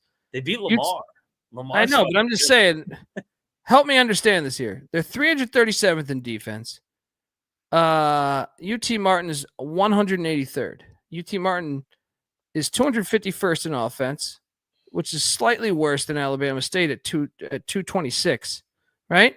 But then you pull up as far as a shooting team, they're in the same vein, right? They're both bad shooting teams. UT Martin is a top 30 offensive rebounding team. I just don't understand, from a defensive standpoint, UT Martin's a better defensive team by a pretty big amount. It's just a very confusing line. The line doesn't match up with the metrics, in my opinion. Unless the Dunn Oliver. It is their first home game. That's what I'm saying. That's the only angle I can make sense of. That's the only angle. I'm with you. Because these are two evenly matched teams. Let's bet Martin. Let's go, Martin. Dive into the stink, like Patty C says. I like Martin's coach, too. I think he's doing a good job. Yeah, I am diving in the metrics. I didn't know I could dive into the metrics, could you? All right. They're all sitting there sometimes. I just like to I just like my cocktail a little more. All right. Dartmouth is heading to fucking take on the Irish. Notre Dame's laying 17.5. What? I even see an 18 out there. I'll take the points in fucking Dartmouth. You know the Ivy's been getting up. Give me the points. Notre Dame never got any of these teams. No bet though. It does seem like too many, but I don't think Notre Dame's going to sleepwalk as much because Dartmouth beat BC already, so they have their attention. Give me Dartmouth, no bet. No bet, but we got a bet here because Gottlieb, he went viral. Not for his show. It's because he benched a guy that averaged 100 kajillion points per game. But the nation's leading scorer. Yeah. Green Bay is catching 6.5 at home against our Bart Lundy, our Bart Lundy squad, who won by 9 last time, or won by 11 last time they played him. Now, I will say this. Gottlieb has lost 5 straight. And I think it's a perfect time to bet on them to get a win. And I say we load up on Green Bay, and I say we load up on the money line. And in case you needed more convincing, may I just say... I'm just here to bring diversity to this set here. Give the kind of white man's perspective on things from the point guard position. Hold on, we'll give a visual to this. Yeah, hang on. I'm just here to bring diversity to this set here. Give the kind of white man's perspective on things from the point guard position. On things, point guard position. He's just at that point. I've been there before. You're trying to scatter. You know what I mean? Like I've been there before on stage. You try to go the riff, and it was a bad riff, and you're just struggling. You're just trying to pull something out your ass. But he's going to pull a win out of his ass tomorrow night because they're going to take down this Bart Lundy squad. I made that trip from Milwaukee to Green Bay. Impossible to be sober. And that is why we take Green Bay on the money line. Mac? Yep. All over it. Roy will be back. And I think Green Bay, this would be a nice get-up spot. 0-2 team doesn't want to get to 0-3. But they're better than their record. They have talent. Gottlieb get-up spot against Milwaukee. Let's go. Take the dog. Bieniek? Yeah, this is a triple lock. And yeah, I mean, Gottlieb benched the nation's leading scorer because he missed a shoot-around. So you miss practice, there probably should be some punishment to that. Roy tweeted out kind of what had happened for some clarity because his coach was getting some backlash. And you know what? I think he's going to show up, and I think the team's going to show up with a little bit of a little bit of extra motivation to go out and get a win in the rivalry game. Give me the Phoenix. They rise. Kind of terrified that all three of us are on money line here. What could go wrong? The Phoenix. Let's go triple lock.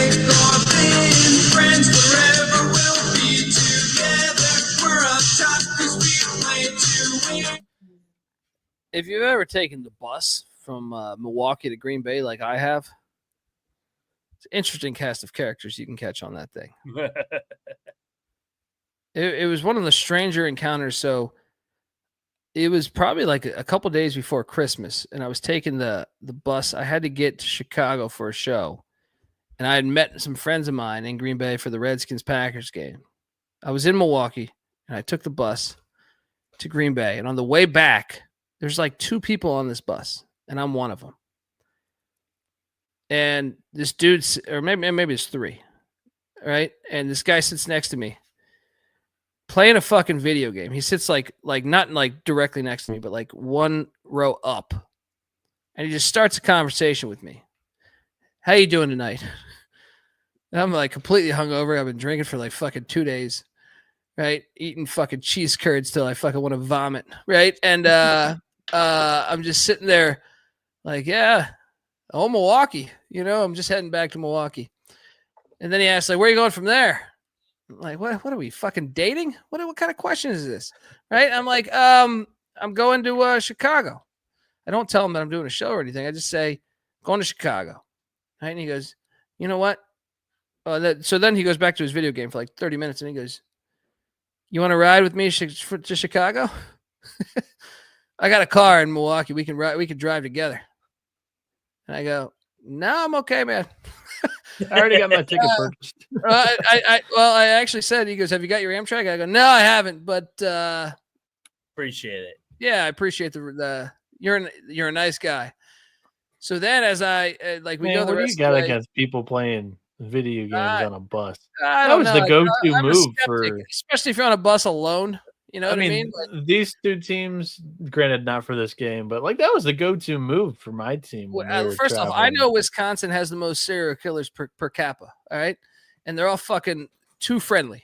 It's almost like Utah. They're almost so friendly that it's like, dude, why the fuck you talking to me? You know what I mean? Like, you just got to open up one of the outlets and then plug in the gaming system. Then somebody, just the two people that are playing against each other, you put the TV on their lap, and then you're playing like NHL or MLB against each other. He was playing like a fucking a war game, because he asked me if I play. Like, we go quiet again for like 30 minutes, and he's like, "Dude, you play video games?" And I go, not really. I mean, I did at one point in my life, but I was like, yeah. So yeah, I like video games. Shout out to video games, right? And then he's like, Clark wants to know if you spoke to a guy named Luigi on this bus. Yeah, exactly. It might have been exactly a scenario like that. Even though I think this guy might have been more of a nerd, because this guy didn't scream Ivy League to me. But then he then convinces, or he doesn't convince me. He says, he goes, you should play this game. I can sign you up for an account. And I go, I'm good. I'm good on this. Whatever the fucking game was, I don't even know. It was like World of Warcraft or some shit, right? Something like that. And then as we leave, we finally get to Milwaukee. We're on the Amtrak or Greyhound, where you can take the Amtrak right below. And he's like, "You sure you don't want to ride?" Like I said, it's nothing out of my way. And I'm like, dude, what the fuck do you not get about me saying no? Yeah. I'm like, I actually confronted him. I was like, dude, I said no. What the fuck are you talking about here, dude? Like, what am I? Like, it was one of the stranger fucking encounters I've ever had. And I left Wisconsin never to come back, I feel like. And I say that with love to all the good people in Wisconsin, but it was very strange. Like, a guy offering multiple rides to Chicago. I'm convinced he didn't live in Chicago. And he just was like, yeah, for the hell of it, I'm going to give you a ride to Chicago. All right. Never trust anyone on an Amtrak. All right. No. And never trust anyone in Wisconsin too. All right. I understand that, it's a good drinking town, but I don't know. Everyone's too friendly. So how the fuck you doing today? Hey, shut the fuck up. All right. I'm okay. All right. Like on a bus, I understand if I go into a bar and they ask me that, but on a bus, if I'm sitting there alone and someone comes up to me and says, how the fuck are you doing today? Weird. All right. Weird. Anyway, I don't know if you share the same thing. I like Wisconsin people. I do too, but they're weird. They're overly nice. They're different. They like to drink. Utah. You go to Utah. Like, you could be at a McDonald's in Utah and someone like, not someone at the McDonald's will come by and say, what do you think of the new barbecue sauce? And I'm like, what? You talking to me? What the fuck you talking? What? Why? You trying to fuck me? Like, yes. As 1% says, drink Wisconsinably. Yes, but I find there's parallels between those two states. Is that they're super, like, they'll start a conversation at any time, and it's weird. It's like gassing up your car in Utah. How you doing today, Dundee? Right? I don't know who the fuck you are, dude. Why are you talking to me? Leave me alone. What are we talking about again? UT Martin, triple lock on Green Bay. No, not UT Martin. Green Bay. Yeah. Green Bay versus Milwaukee. Sorry about that. Marshall is heading to Fairborn, Ohio. Been there. Love Fairborn. And I think Marshall's going to get drilled, and I think we should lock up Wright State because Marshall's ass on the road. This is in Dayton. This is at Wright State. Yeah, Wright State is located in Fairborn, buddy. Yeah. No, it's not. I've been there, buddy. I've been Dayton there too. is located in Dayton. It's right outside. Wright State's in Dayton, Ohio. Yeah. It's in Fairborn, I think. No. You sure about that? Yes. I went to both. It's in Dayton. Where's Fairborn then? I don't know, but I played baseball tournaments at Wright State. It's in Dayton. Well, you have a fucking computer right there, don't you? My Ken Palm even says this game's in Dayton, Ohio. Fairborn, Ohio.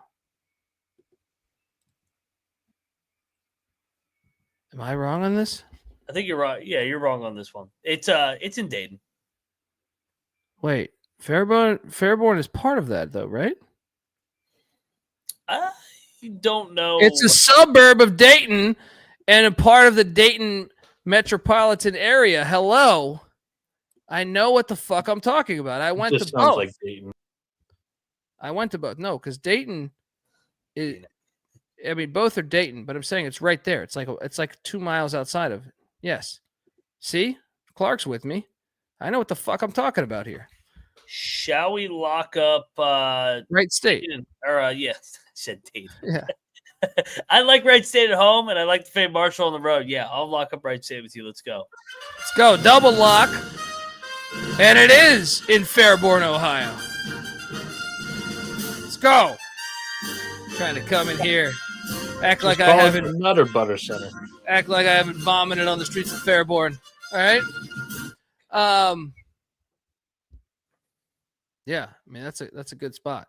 It's a good spot there. Marshall's terrible on the road. Bryant is taking on Slick Rick Pitino. St. John's laying 21.5. I kind of want to bet Bryant.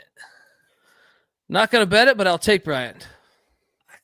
I mean, St. John's, they're off the big emotional win. Like you could tell, I mean, Pitino was tearing up for Luker's second night. And I just think that Bryant's pretty talented. I think they have the Big East opener on deck. I think 21.5 is too much. St. John's has kind of played with their food in these games as of late, whether it's Wagner, Harvard. I'm going to bet Bryant 21.5. Last time they played, St. John's won by 36. What year was that, though? It was a while ago. Like I said, I actually think Bryant's a team that plays up to their competition, then down to their competition. Bryant won at FAU last year. Give me Bryant. Lock it up. Give me points. I'll take Bryant. No lock. Money line, Mac. Locking up the Bryant Bulldogs. Now this you could talk me into. A little battle of Indiana diamonds in the rough. The two schools that weren't wanted by their other branches. IUPUI dropped to Purdue and IPFW dropped Indiana. Yeah, we should consider locking IUPUI plus 15.5, right? Why is this number so big? Probably because PFW won by 27 the last time they played. Yeah. I think IUPUI can cover this. I think so too. I think Fort Wayne's overvalued. I think everybody loved them preseason projection. Let's go IUPUI. Let's double lock this. 15.5. Rivalry game. Let's go. Double lock there. Let's keep the lock train going. Because Duquesne, the bet detective CJ Sullivan, Duquesne laying 6.5. I think Maine is a better basketball team than Duquesne this year. Maine just lost. Rebound game. Give me the 6.5. Lock up these Black Bears. Mac? I'll battle you. Give me Duquesne. They're playing better. Smash spot. 2-7, laying 6.5 against 6-5. Line's telling. Let's go. Nope. Just like Delaware the other night. Maine is winning this outright.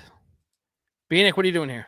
I'm not as bold as Colby, but Cocktail Napkin here has Maine +2, and I'm going to continue to fade Duquesne.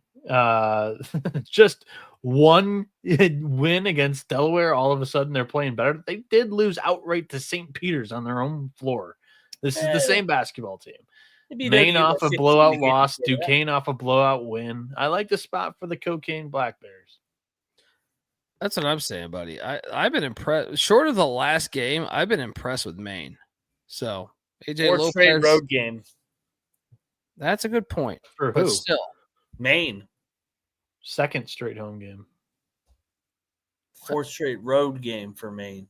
Second straight road game for Maine. They played a game against Maine Augusta. Oh, I just had D1s. Well, fourth straight against D1s. They 4 out of 5. There you go. 4 out of 5 on the road. They had a week off in between the last road game. Then Duquesne. We got a battle. Mac with Duquesne. Beat it. Dundee with Maine. The Black Bears. Let's go.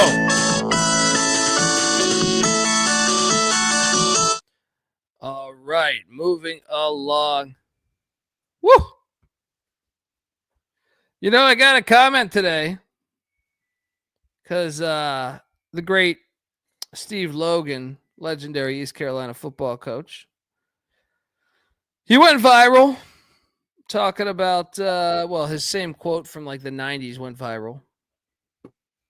And I got tagged in the fact that why don't I have this on the soundboard? And I felt completely disrespected because I've always had it on the soundboard. From the minute I've done this fucking show, it's been on the soundboard. So that told me that I'm not playing this thing enough.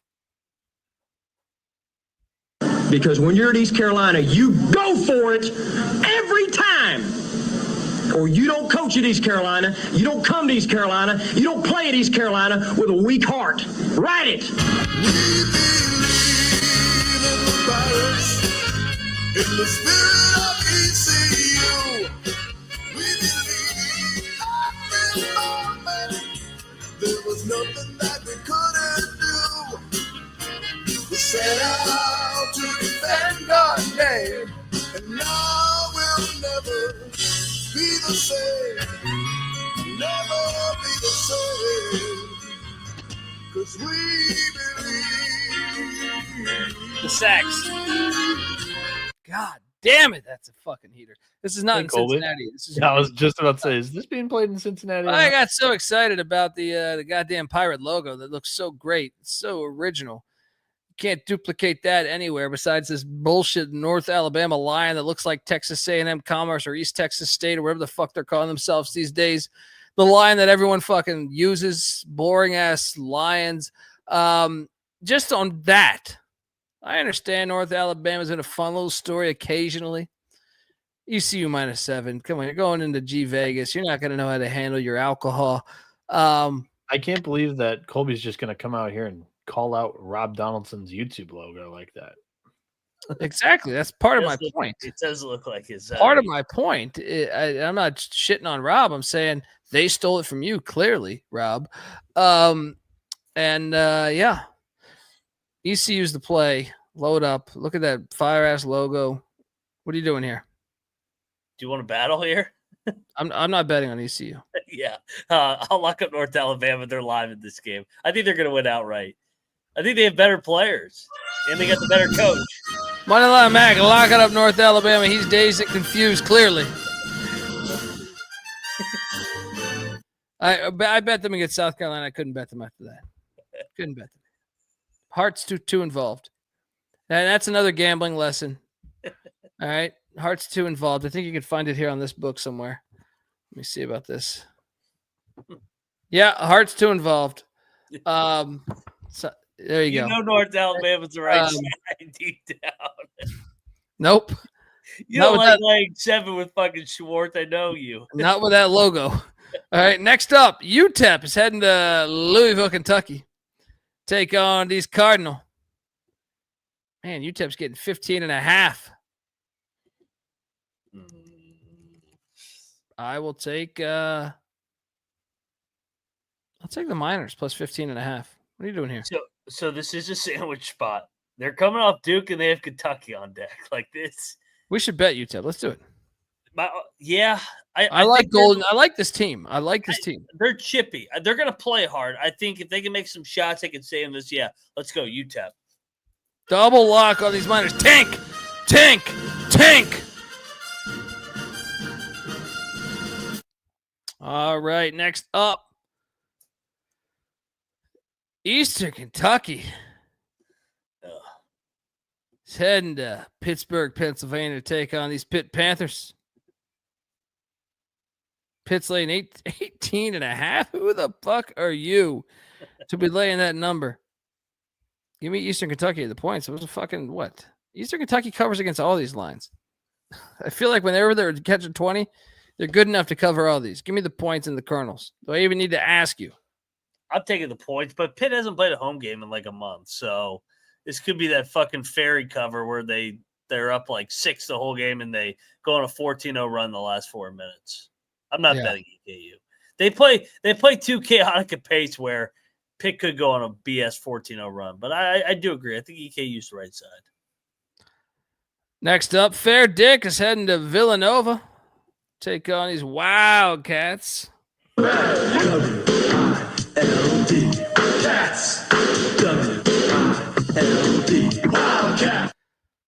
Nova's laying 28.5. Okay. I think we should bet Fair Dick.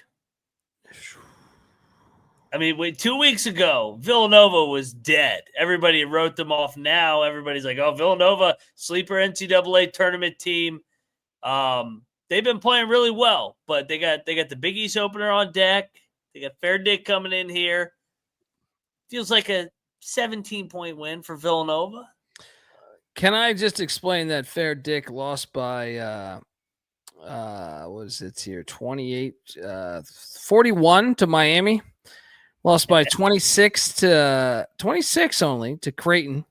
26 only to Nebraska. 14 to Army. 2 to St. Peter's. 4 to Fairfield. They're getting better. 9 to Fordham. You sold me in a pick. Give me Fair Dick plus 28.5. Let's bet it. Well, fade the Big East coming off the challenge. That was their get-up spot. Now they come back down. Fair Dick. Let's go. 28.5 is too much.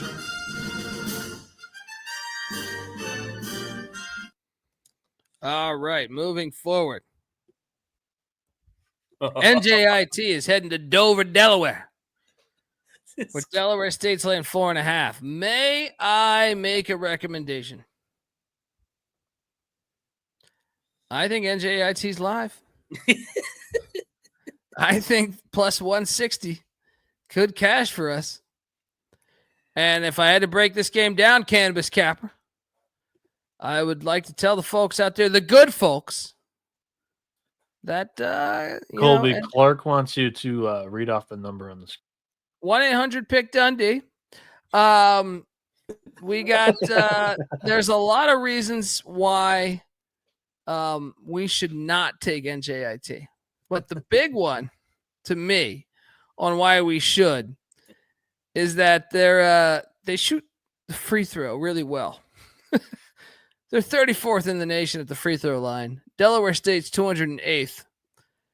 It's crazy. You look for an angle on why you should take NJIT, and it's very challenging. But why is the spread so short? And that's when you realize that numbers lie to you. NJIT plus 4.5. Sprinkle the money line. NJIT has been chippy lately. I mean, they've covered 5 in a row. They both just won as dogs outright. I don't know. Yeah, don't bet. I think NJIT is the right side. I might bet this though. I'll throw up and watch this game. Yeah, I'm taking the points. I might bet this.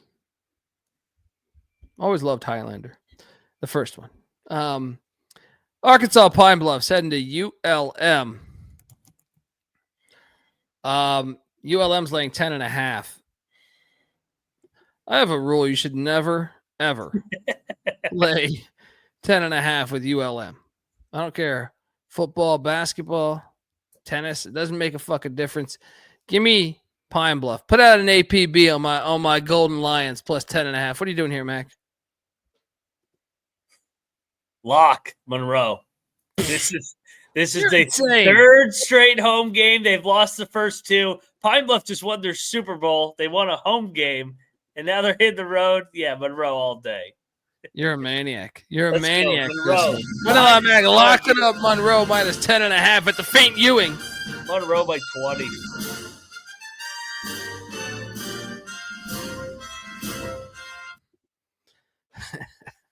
People are making fun of the logo. That is the. I'll You say this. did ruin their logo. They have one of the best logos. They do college have one of the sports. best logos. But what do you mean? I didn't ruin it. You act like I fucking designed the fucking thing. You designed the slide. Yeah. Well, I like to give a repertoire of what they've all offered. All right. Gotcha. Wouldn't be doing my job if I stayed the same old boring thing every single time. It'd be ESPN. All right. Next up, SELA. Shout out to Keith Landry, even though he tells me not to say SELA. They're heading to Lafayette, Louisiana, where Raging Cajuns are laying 3.5. We got to do it. We do it on the Raging Cajun side, right? Yeah. Yeah, that's what I thought too. Raging Cajuns minus 3.5. This is a spot they need. They're in the more desperate spot. I see Steezy's all over SELA. Yeah. I think Louisiana's in the desperate spot. Yeah. Total desperate. They're 1-8. They played well against Louisiana Tech on Sunday. They covered for 90% of that game. Got away late. Southeast Louisiana coming off a bye win last week at Tulane, and then a league game. I think this is the spot that Bob Marlin and Louisiana get it going. Let's go. They're not this bad. 1-8. I'm with you. Double lock on these Cajuns. Bieniek? Lock battle. Going into the line. Yeah. You gotta love it. You gotta love it. You know, a lot of people go to college for 7 years. Your logic? My logic is this. Louisiana has not hit the basement floor yet.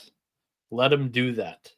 But until they show you that they have and they begin to bounce back, which I think might happen come conference play, Sun Belt, home dog is probably where you want to take this Louisiana spot or Louisiana Raging Cajuns team. But the defense as of right now is just Swiss cheese. And I'm going with SELA here. Little brother mentality. They're coming off of losing an in-state game. Now they're going to play one of the flagship state schools. I think they go in there and get the win outright. You don't apologize when your big brother's down. Let's go, Raging Cajuns. We got to battle Dundee and Mac on these Raging Cajuns at the Cajun Dome. Bieniek, Keith Landry riding with these Lions.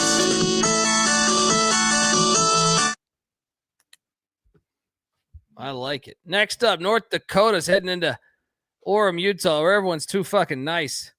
Hey, you want to hit the slopes and go skiing? No, I don't know who the fuck you are. North Dakota is taking on Utah Valley. Utah Valley's laid 8.5. It's a rematch. Already this year, right?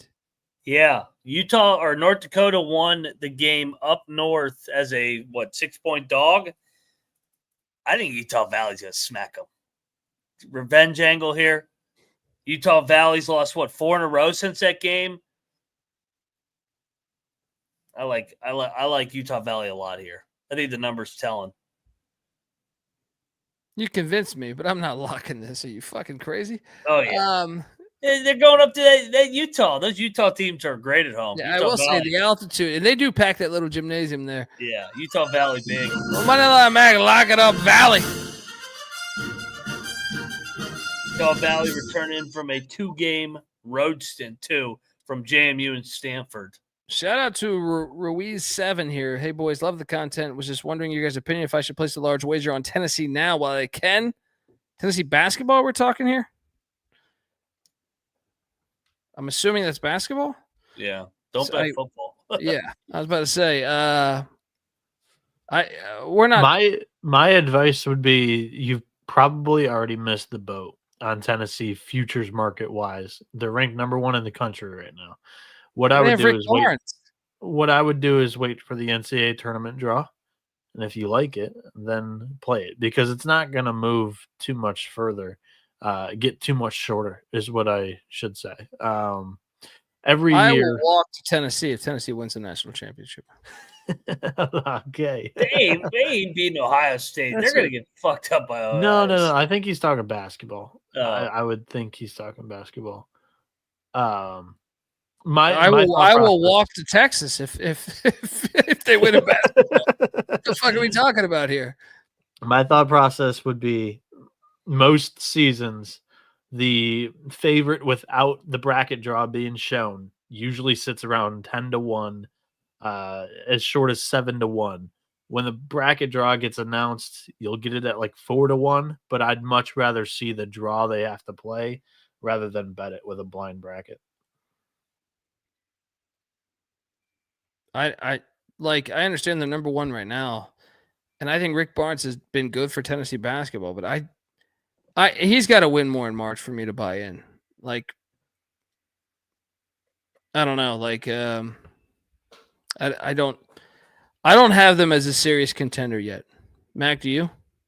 Yeah, with how good they are defensively, and just I think that they kind of are like Purdue. They've been knocking on that door, and they may knock it down this year and get to the Final Four. I don't know if they'll win it, but I mean, they're pretty damn good. I'm not there yet. I'm not there yet. I'm not there yet with many teams. Like there's fair, only fair. That is fair. Yeah, there's only a select few that I'd be like, oh, it's December 11th. Let me place that to win the national championship without knowing the bracket draw. Very few teams. I've been fading Rick Barnes in March for 30 years, and it's been cashing for me. I'll trust that. Colgate is heading into Lexington, Kentucky. Kentucky's laying 30.5. Give me the points. No luck. Yeah, I'm disappointed because I love Colgate. Yeah, they're not that terrible, good. man. Kentucky wins by 27. Yeah. No bet on you fucking crazy delusional Kentucky fans. Yeah. And how about and you ain't winning the national championship either. Let's just get that straight. Fresno State's heading into Provo, the Super Soaker, to take on BYU. BYU is laying 27.5. How about that news today? I saw some people saying how bad it is. Like, why is it bad? Because Kansas and Carolina didn't get the prize possession? I said, good for BYU. Oh, I was thinking they were saying how bad it was because it was on First Take. Oh, God, how bad were they? Oh, my I don't even – I didn't watch it. I just assumed that was the reason. I saw like a couple clips. They asked him, what NBA team do you want to play for? It's like, what? Why are you asking him that? Yeah, I didn't even know that he was on the show. But I can tell you this, for people that think that's bad that BYU got the number one recruit in the nation, fuck off. You know what I mean? Seriously, fuck you. Yeah. It's I don't understand. I just don't understand the it's like I saw Dan Wetzel. I know we brought him up yesterday. Shout out to Dan. And this is healthy for the sport. Why do people hate that? I don't understand it. They're so caught in it's like the Alabama fans bitching. You know what I mean? In football. It's like this is good for the fucking sport. Your team also sucked. All right? Yes, you went 9-3, but you lost to two average teams. It's good for the overall sport. It's good. I don't understand it, but I'm gonna just come out and say that I'm not the highest on AJ DeBonsa, so just but I'm saying irrelevant from that. I'm not. Yeah, we're just talking. I'm saying them getting the number one recruit in the nation, I think is very good and very healthy for the sport. And I would say the same if it was fucking Wagner. I would say the same if it was South Carolina. I would say the same if it was whoever. Yeah, I didn't do this for a living like Mac did, and I don't know how much into recruiting. I haven't watched a minute of his film. I just know he's number one ranked. Well, I'll just paint it to you like this: he's an ISO lord from Massachusetts, and also has played high school ball in Utah. He's played for 3 different high schools. Or would you rather take like prospect wise, this is an actual legit question because you could have two different opinions about this, but like NBA bloodline and AAU teams that just completely just destroyed teams that were in their path, like the Boozers. So like, I give me one Boozer over DeBonsa in my opinion as a prospect, right? I mean, it's like they're like 1 and 2. The best Boozer. Is this Carlos Boozer's kids? Yes. Yeah, I'm not gonna lie to you. I got tired of recruiting by the end, so I've checked out. They're all gonna be in the portal within a year anyway. So I'll get to know. They're just gonna be in the NBA in a year. So. Yeah, or they'll be in the NBA. I mean, yeah, you probably take the Boozer brothers, but this is me not having watched them. So this is a. Well, I just think in general, like it's good for the sport, though. Like, yeah, 100%. I don't understand why so many people. I see it in football all the time too. Yeah, it's like, why would it be bad for the sport? Present me how it would be bad for the sport. If you want to keep the powers with it, it's still in power. Yeah, I was just about to say like that. It would be like brand and marketing. So like, it would be like if for some reason one entire cycle. Let's just say Louisville. Louisville got so bad that it was laughably bad, and you lost one of your best brands for a decade. Right? Okay, well, be better.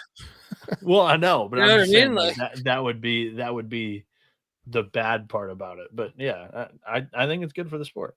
I think it's great for the sport, and I think people are fucking idiots if they think otherwise. Because, I mean, unless he like flipped your own team, then I would understand it more. But like, I don't understand how this is bad. BYU hasn't been a national power in a while. I think it'd be great if they were. I mean, I don't even know if they've ever been a national power. Danny Ainge, well, they've got the money to be a national power. They now. should be. And look, and that's what I love. And that's go back to our conversation the other night. Like, that's what's great about the NIL. Before, you had teams cheating, and no one could play by their rules. No one could cheat and play by their rules, or they'd be penalized. Well, guess what? Now anyone can show up to the table with the fucking money. And I think it's great. I think it's so refreshing for the fucking sport. I think the sport's only going to get better with it. 100%. Amen. Yeah. I kind of want to take BYU. I kind of think. No, I'm taking BYU too. Yeah. I made that then tomorrow. Check the picks page. Yeah. Cal Baptist heading to San Diego to take on the Aztecs. San Diego State's laying 15. I think Baptist is covering this, man. I do too. I think Cal Baptist isn't bad, and San Diego State finally did not cover one of those games. Yeah, too many. Lancers plus 15. Sleepy game for the Aztecs. This Cal Baptist seems better than their record. Also, the Aztecs have Cal on deck. You know, I know it's not a juggernaut, but still in state. Yeah. Final game of the night. South Dakota State, the Jackrabbits are heading into Reno to take on Steve Alford, my guy. The energy rocks. We've. What's the scale on 1 to 10? The faith and the friendship right now. No, it's okay. Look, but I was on one of those losses. I was on the Wazoo loss. You're right. So they let me down in LA. And I understand, were you on the Wazoo loss or just the Wazoo points though? No, I think I took Wazoo to be live. Okay. Yeah. But I will say this. They went to LA. He saw his old house, probably his ex-wife. Stopped thinking about basketball. Started reminiscing about good times. You're sitting there thinking about, we used to hit the Palisades together. And I can remember when, so-and-so, like he's just when you go through that, you know what I mean? It's like, he's human, man. He's thinking about all the scattered ass he could have had instead. When he was UCLA's basketball coach, he could have walked anywhere in LA and just scattered ass would have jumped on him, but he didn't. I don't know that he's divorced, but I'm just saying, sounded like it. It's too many points, guys. Too many points for Reno. South Dakota State. Look, They're a good program. I like this South Dakota State team. Yeah. Give me the 10 and the Jacks. Might think about locking this. Mac? I'm going to bet Alford. 2 straight losses back at home. I think this is a nice stop spot. They win by 15-20. Woo! Give me Nevada. I'm seeing 10.5, by the way, right now. Yeah, give me Nevada. You know, the last time they played under Steve Alford, South Dakota State won by 27. What year was that? 21? His first year. It's changing the culture. Real yeah, encouraging. back at home. They're going to get right. They haven't been right since that Charleston trip. This is when they right the ship. My thing is, like, how much do you really get up for South Dakota State? I think they need a get right spot. I think they've laid 2 lemons and they need to right this ship now. They haven't made shots. I think they're going to make some shots back in Reno. I'm on the points. I think they could stay within this number. Bieniek, what are you doing here? I'm going to lock the Jag Bunnies going into the back cave. I think they keep it within single digits. I'll join you. Battle. All right. Yeah. Let's go, Alford. I think they keep it within I thought single I said digits. lock Nevada already, right? South Dakota's the second best defensive rebounding team in the country. There aren't going to be any extra possessions here for Nevada. That's size for We got a battle in Reno. Dundee, Bieniek on the Jacks. Mac on the Wolfpack.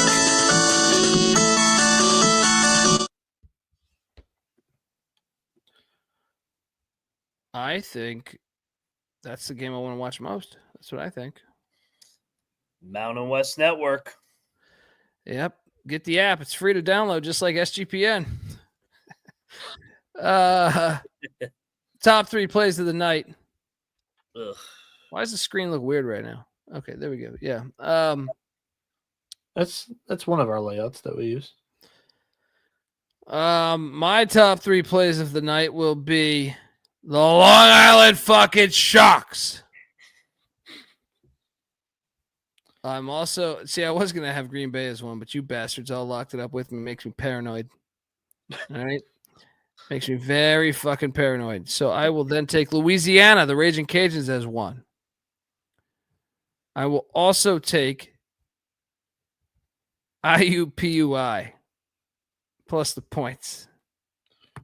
McIntyre. I had Louisiana circled as well. I have Duquesne circled. And then I have – who do I want for my last one? Let's get a dog in there. Give me UTEP. Give me UTEP to stay within that number against Louisville. Louisville's struggling with those depth issues. That is a tough word. I've had problems with that word. Yeah. That fucking – whoever made that shit. Yeah. ETH. What an asshole. That's an asshole. That's a private school pussy. I guarantee you do the deep dive on that word. Private school pussy was behind that. Bieniek, what are you doing here? You're talking about going into the depths of doing a deep dive? Ooh, look at you with the triple D's. All right. Yeah. The alliteration there. Favorite play tomorrow is Maine plus 6.5 at Duquesne. I think they win that game. Or no, I think they have a chance to win the game. I'm not too bold on saying they're going to win the game, but I think they have a chance to win the game. Green Bay, I think, wins the game. Plus 6.5. There is a little bit of hesitancy. I think Milwaukee's got the better coach, but just feels like this is Green Bay's time. And then South Dakota State, plus 10.5. Jag Bunnies. They keep it close.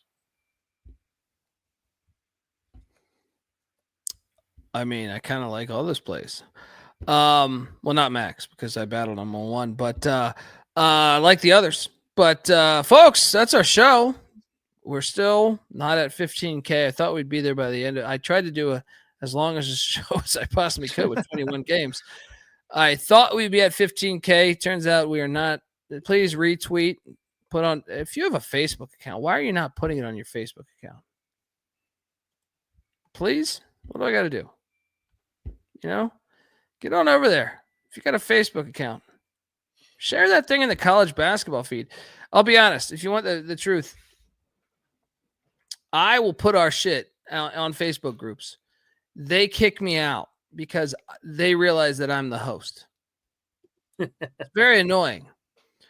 I thought about creating too. I actually thought about being so narcissistic to create fake accounts under my own, like me, but not me. And then I thought that's a lot of work. I got to start emails. I got to get different emails. Start my emails. And then I got to check my emails. I mean, there's a lot of fucking things that I got to do. Check your here. email for our newsletter. Don't be afraid to open up the spam folder too. Then it hit me like a fucking lightning bolt, like that movie Powder. And I said, you know what? Why don't I ask the people to do it? Nah, the people tell you to go fuck yourself, Dundee. That's true. They will. And still, one or two of them might spread that so these bastards don't kick me out.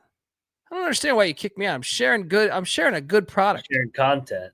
If Phil Knight shares his fucking Nikes, you think they kick him out? No, they accept it. But he's already established. They follow the trend there. They don't follow ours. They think I'm an asshole. I don't even get opinionated either. I just state that. Go, oh yeah, you guys should check out this show. Then they tell me you're not welcome back here. So, Alex cracking me up. Colby is John Travolta and Phenomenon. That is true. That is true. There you go. Get on over there. Check out Phenomenon. Haven't seen that movie in 30 years, but I do remember watching that. Appreciate the whole chat. Appreciate everybody.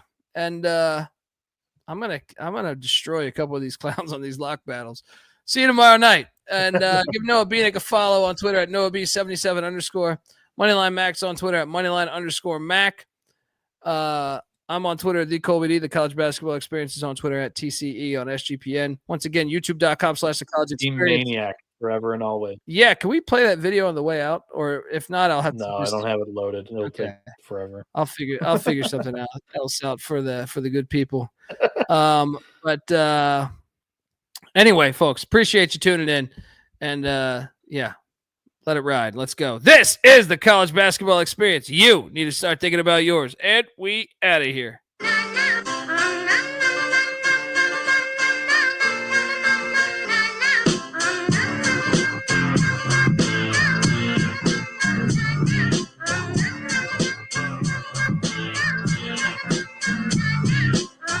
Yeah, it's got me thinking about the good shit the minute that I seen you grill again. It made me feel good, dog the mind back like dog will wind that. Man, I didn't get mad when you near me hit the can back. Get that backboard out of here. Now my shit's coming along, you know the song. The truth is I'm putting this on file again. It's heating up for real, I'm alive again. And that's the attraction factor. Thank you.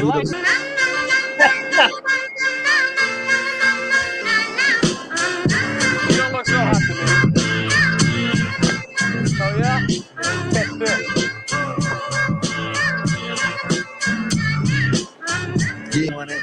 No need to trip, cause I got it, doggone it. It's all yours and the extras too. All the